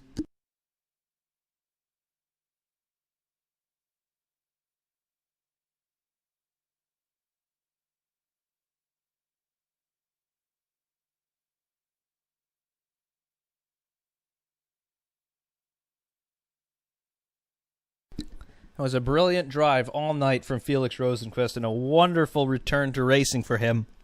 He's beginning only his 2nd year in the NTT IndyCar Series, and honestly, that was the sort of performance that we expected from him when he came on the scene, and he made good on it tonight, but got pushed up wide, perhaps a little bit impatient, trying to get some clear air again after his pit stop. Came up snake eyes for him. Nobody has been running that upper groove all day long, and that's the reason.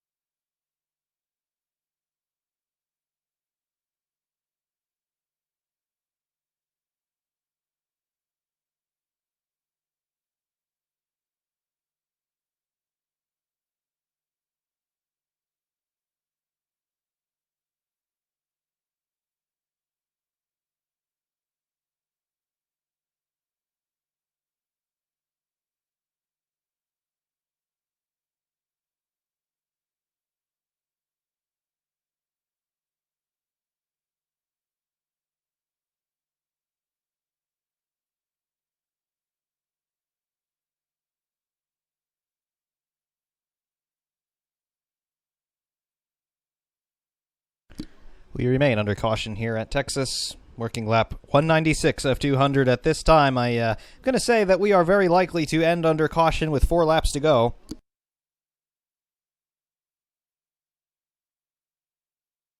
Or have they cleared that car? It appears that they have cleared the car of Felix Rosenqvist from the exit of Turn 2. The two recovery trucks are driving off the track at this time. We're still behind the pace car. Scott Dixon remains your race leader. He is followed by Simon Pagenaud and Joseph Newgarden now. Ed Carpenter moves up into P4 and Zach Veach to P5. Connor Daly having a great day. Biggest mover through the field. He is up from P19, currently in P6. Maybe he'll be able to squeak into P5. Colton Herta also having a nice day. He's in 7th now. He is currently he's in 7th. He started 14th. Oliver Askew as well for the McLaren outfit. He is in 8th. He started in P20. NBC now showing replays of the Rosenqvist accident. All by himself, just in the loose.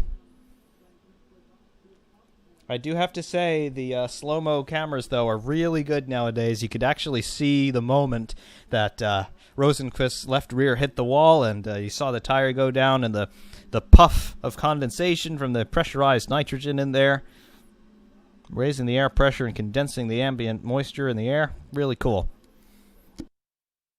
Not so cool if you are Felix Rosenqvist, though.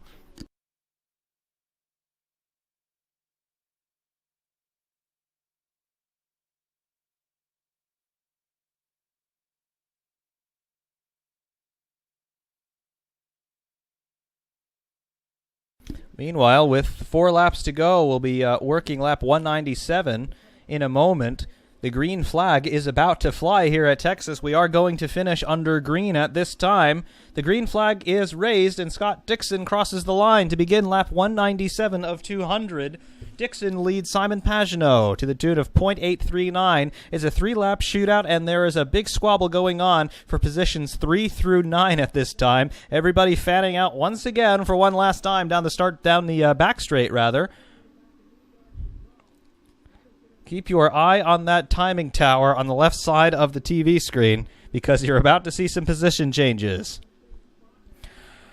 Marco Andretti and Will Power fighting for it down there for 13th and 14th. Scott Dixon has already pulled out 2.9 seconds on Simon Pagenaud. It's been 1 lap, and he has pulled out 3 seconds. That is unbelievable. White flag is flying. This is the final lap. The next flag will end the race, no matter what it is. Scott Dixon down the back straight for the final time. The man who has controlled so much of this race enters 3 and 4 now, looking for that checkered flag. Scott Dixon exits 4. Yellow flag is flying, as is the checkered. Scott Dixon wins the Genesys 300 here in Texas, winning IndyCar's return to racing and the season opener for 2020. We do have a car in the wall on the back straight on the final lap. It's not yet finished the final lap, waiting to confirm who that was. It could have been Zach Veach. I am not 100% sure on that. I don't believe that it was. We'll wait to confirm who that was.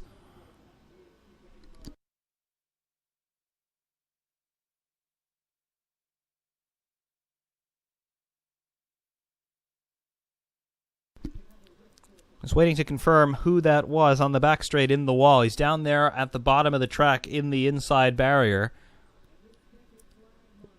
A rear impact into the wall. Again, I could not quite identify that car. It could be Charlie Kimball as well.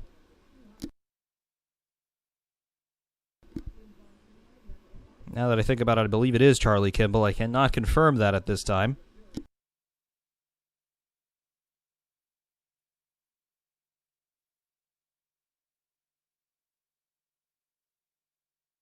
Now in replay, yes, it is Charlie Kimball, and he did exactly the same thing that Rinus VeeKay did. He got high in turn 2, and then it just pirouetted to the inside. Thankfully, he did not collect anybody else, unlike the Dutchman.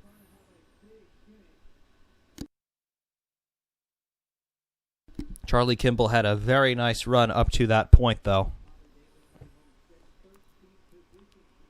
He is officially classified in P11, although he did not finish the race.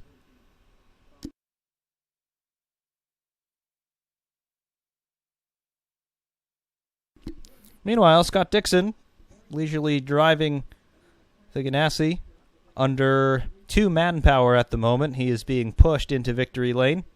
Now 3 manpower. Chip Genesys riding his scooter closely behind.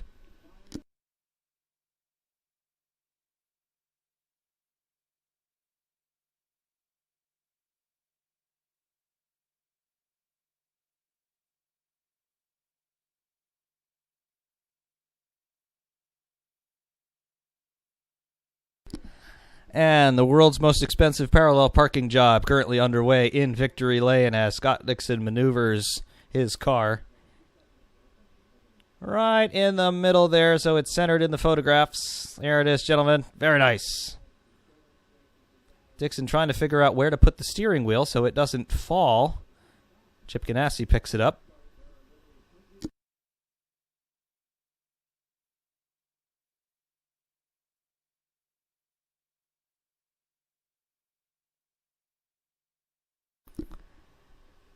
And Scott Dixon jumps out of the car in celebration. He is your first winner of 2020 for the NTT IndyCar Series. Of course, all of the regulations that have been enforced since the middle of March here in the United States in terms of who's allowed to do what, they are being observed at the moment.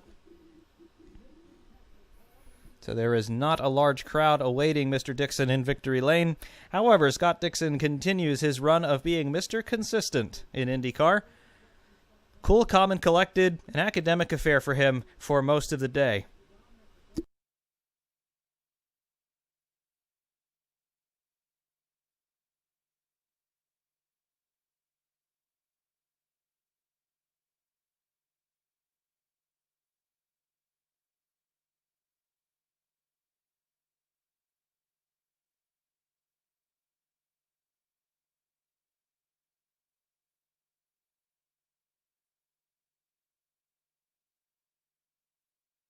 Little stat for you. This is Scott Dixon's 16th consecutive year with at least one win in the IndyCar Series.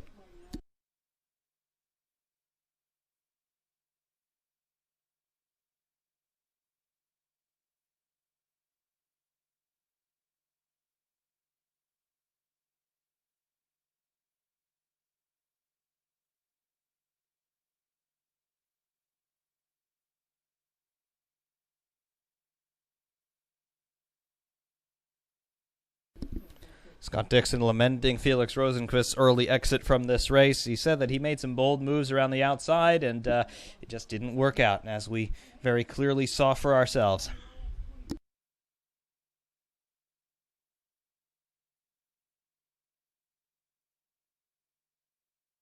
Scott Dixon also, for the record, the first IndyCar driver to win with the Aeroscreen.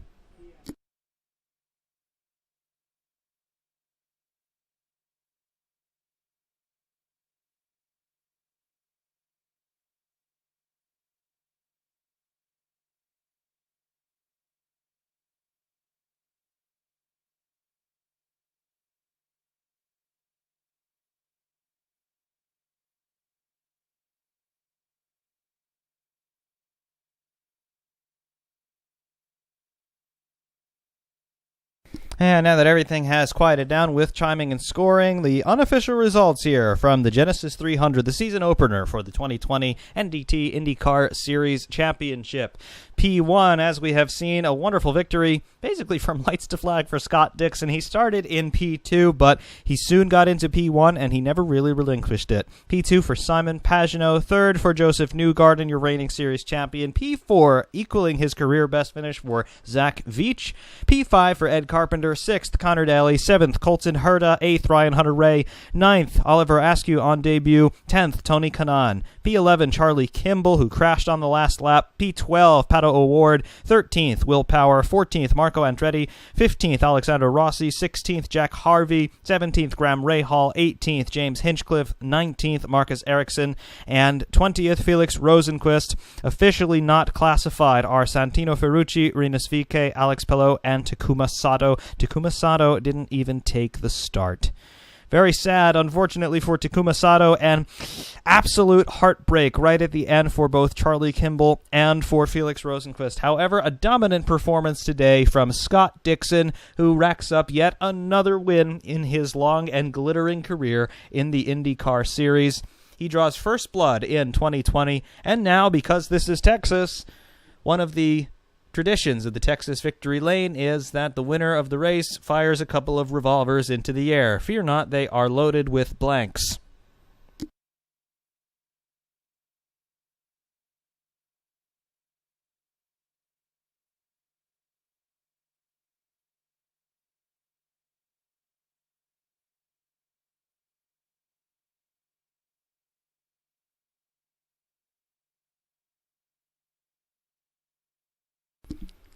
And yes, Scott Dixon, your race winner today. The bigger story here, though, has to be that IndyCar is back. It has been a long time coming. It has been one of the longest off seasons in open-wheel racing history, really. And this leaves, obviously, the main show still to return. Formula One is going to return in July, only another couple of weeks away. It has been a very long and unexpected off-season for the world of motorsport. It's been a very long and unexpected first 6 months of 2020 for the world at large, but normalcy is finally coming back into the picture with IndyCar returning to action. Their next race is going to be from the Indianapolis Motor Speedway on July 4th. And we'll see what sorts of coverage we can do of that. Also, that weekend, we're going to have Formula One happening. So the next time we see IndyCar, we'll also be seeing Formula One from Austria. That's going to be a fun weekend indeed. However, until then, I am signing off for now. I do thank all of you very much who have joined me for our live commentary stream this evening. It's been a long time coming. I have missed doing commentary. I admit that I'm knocking some of the rust off, but we'll be back in full force for Formula One from Austria coming up that July 4th weekend. Hopefully, you will be joining us for that. Until next time, though, thank you all very much for watching. Ferrariman601 saying thanks, and of course, we will see you soon.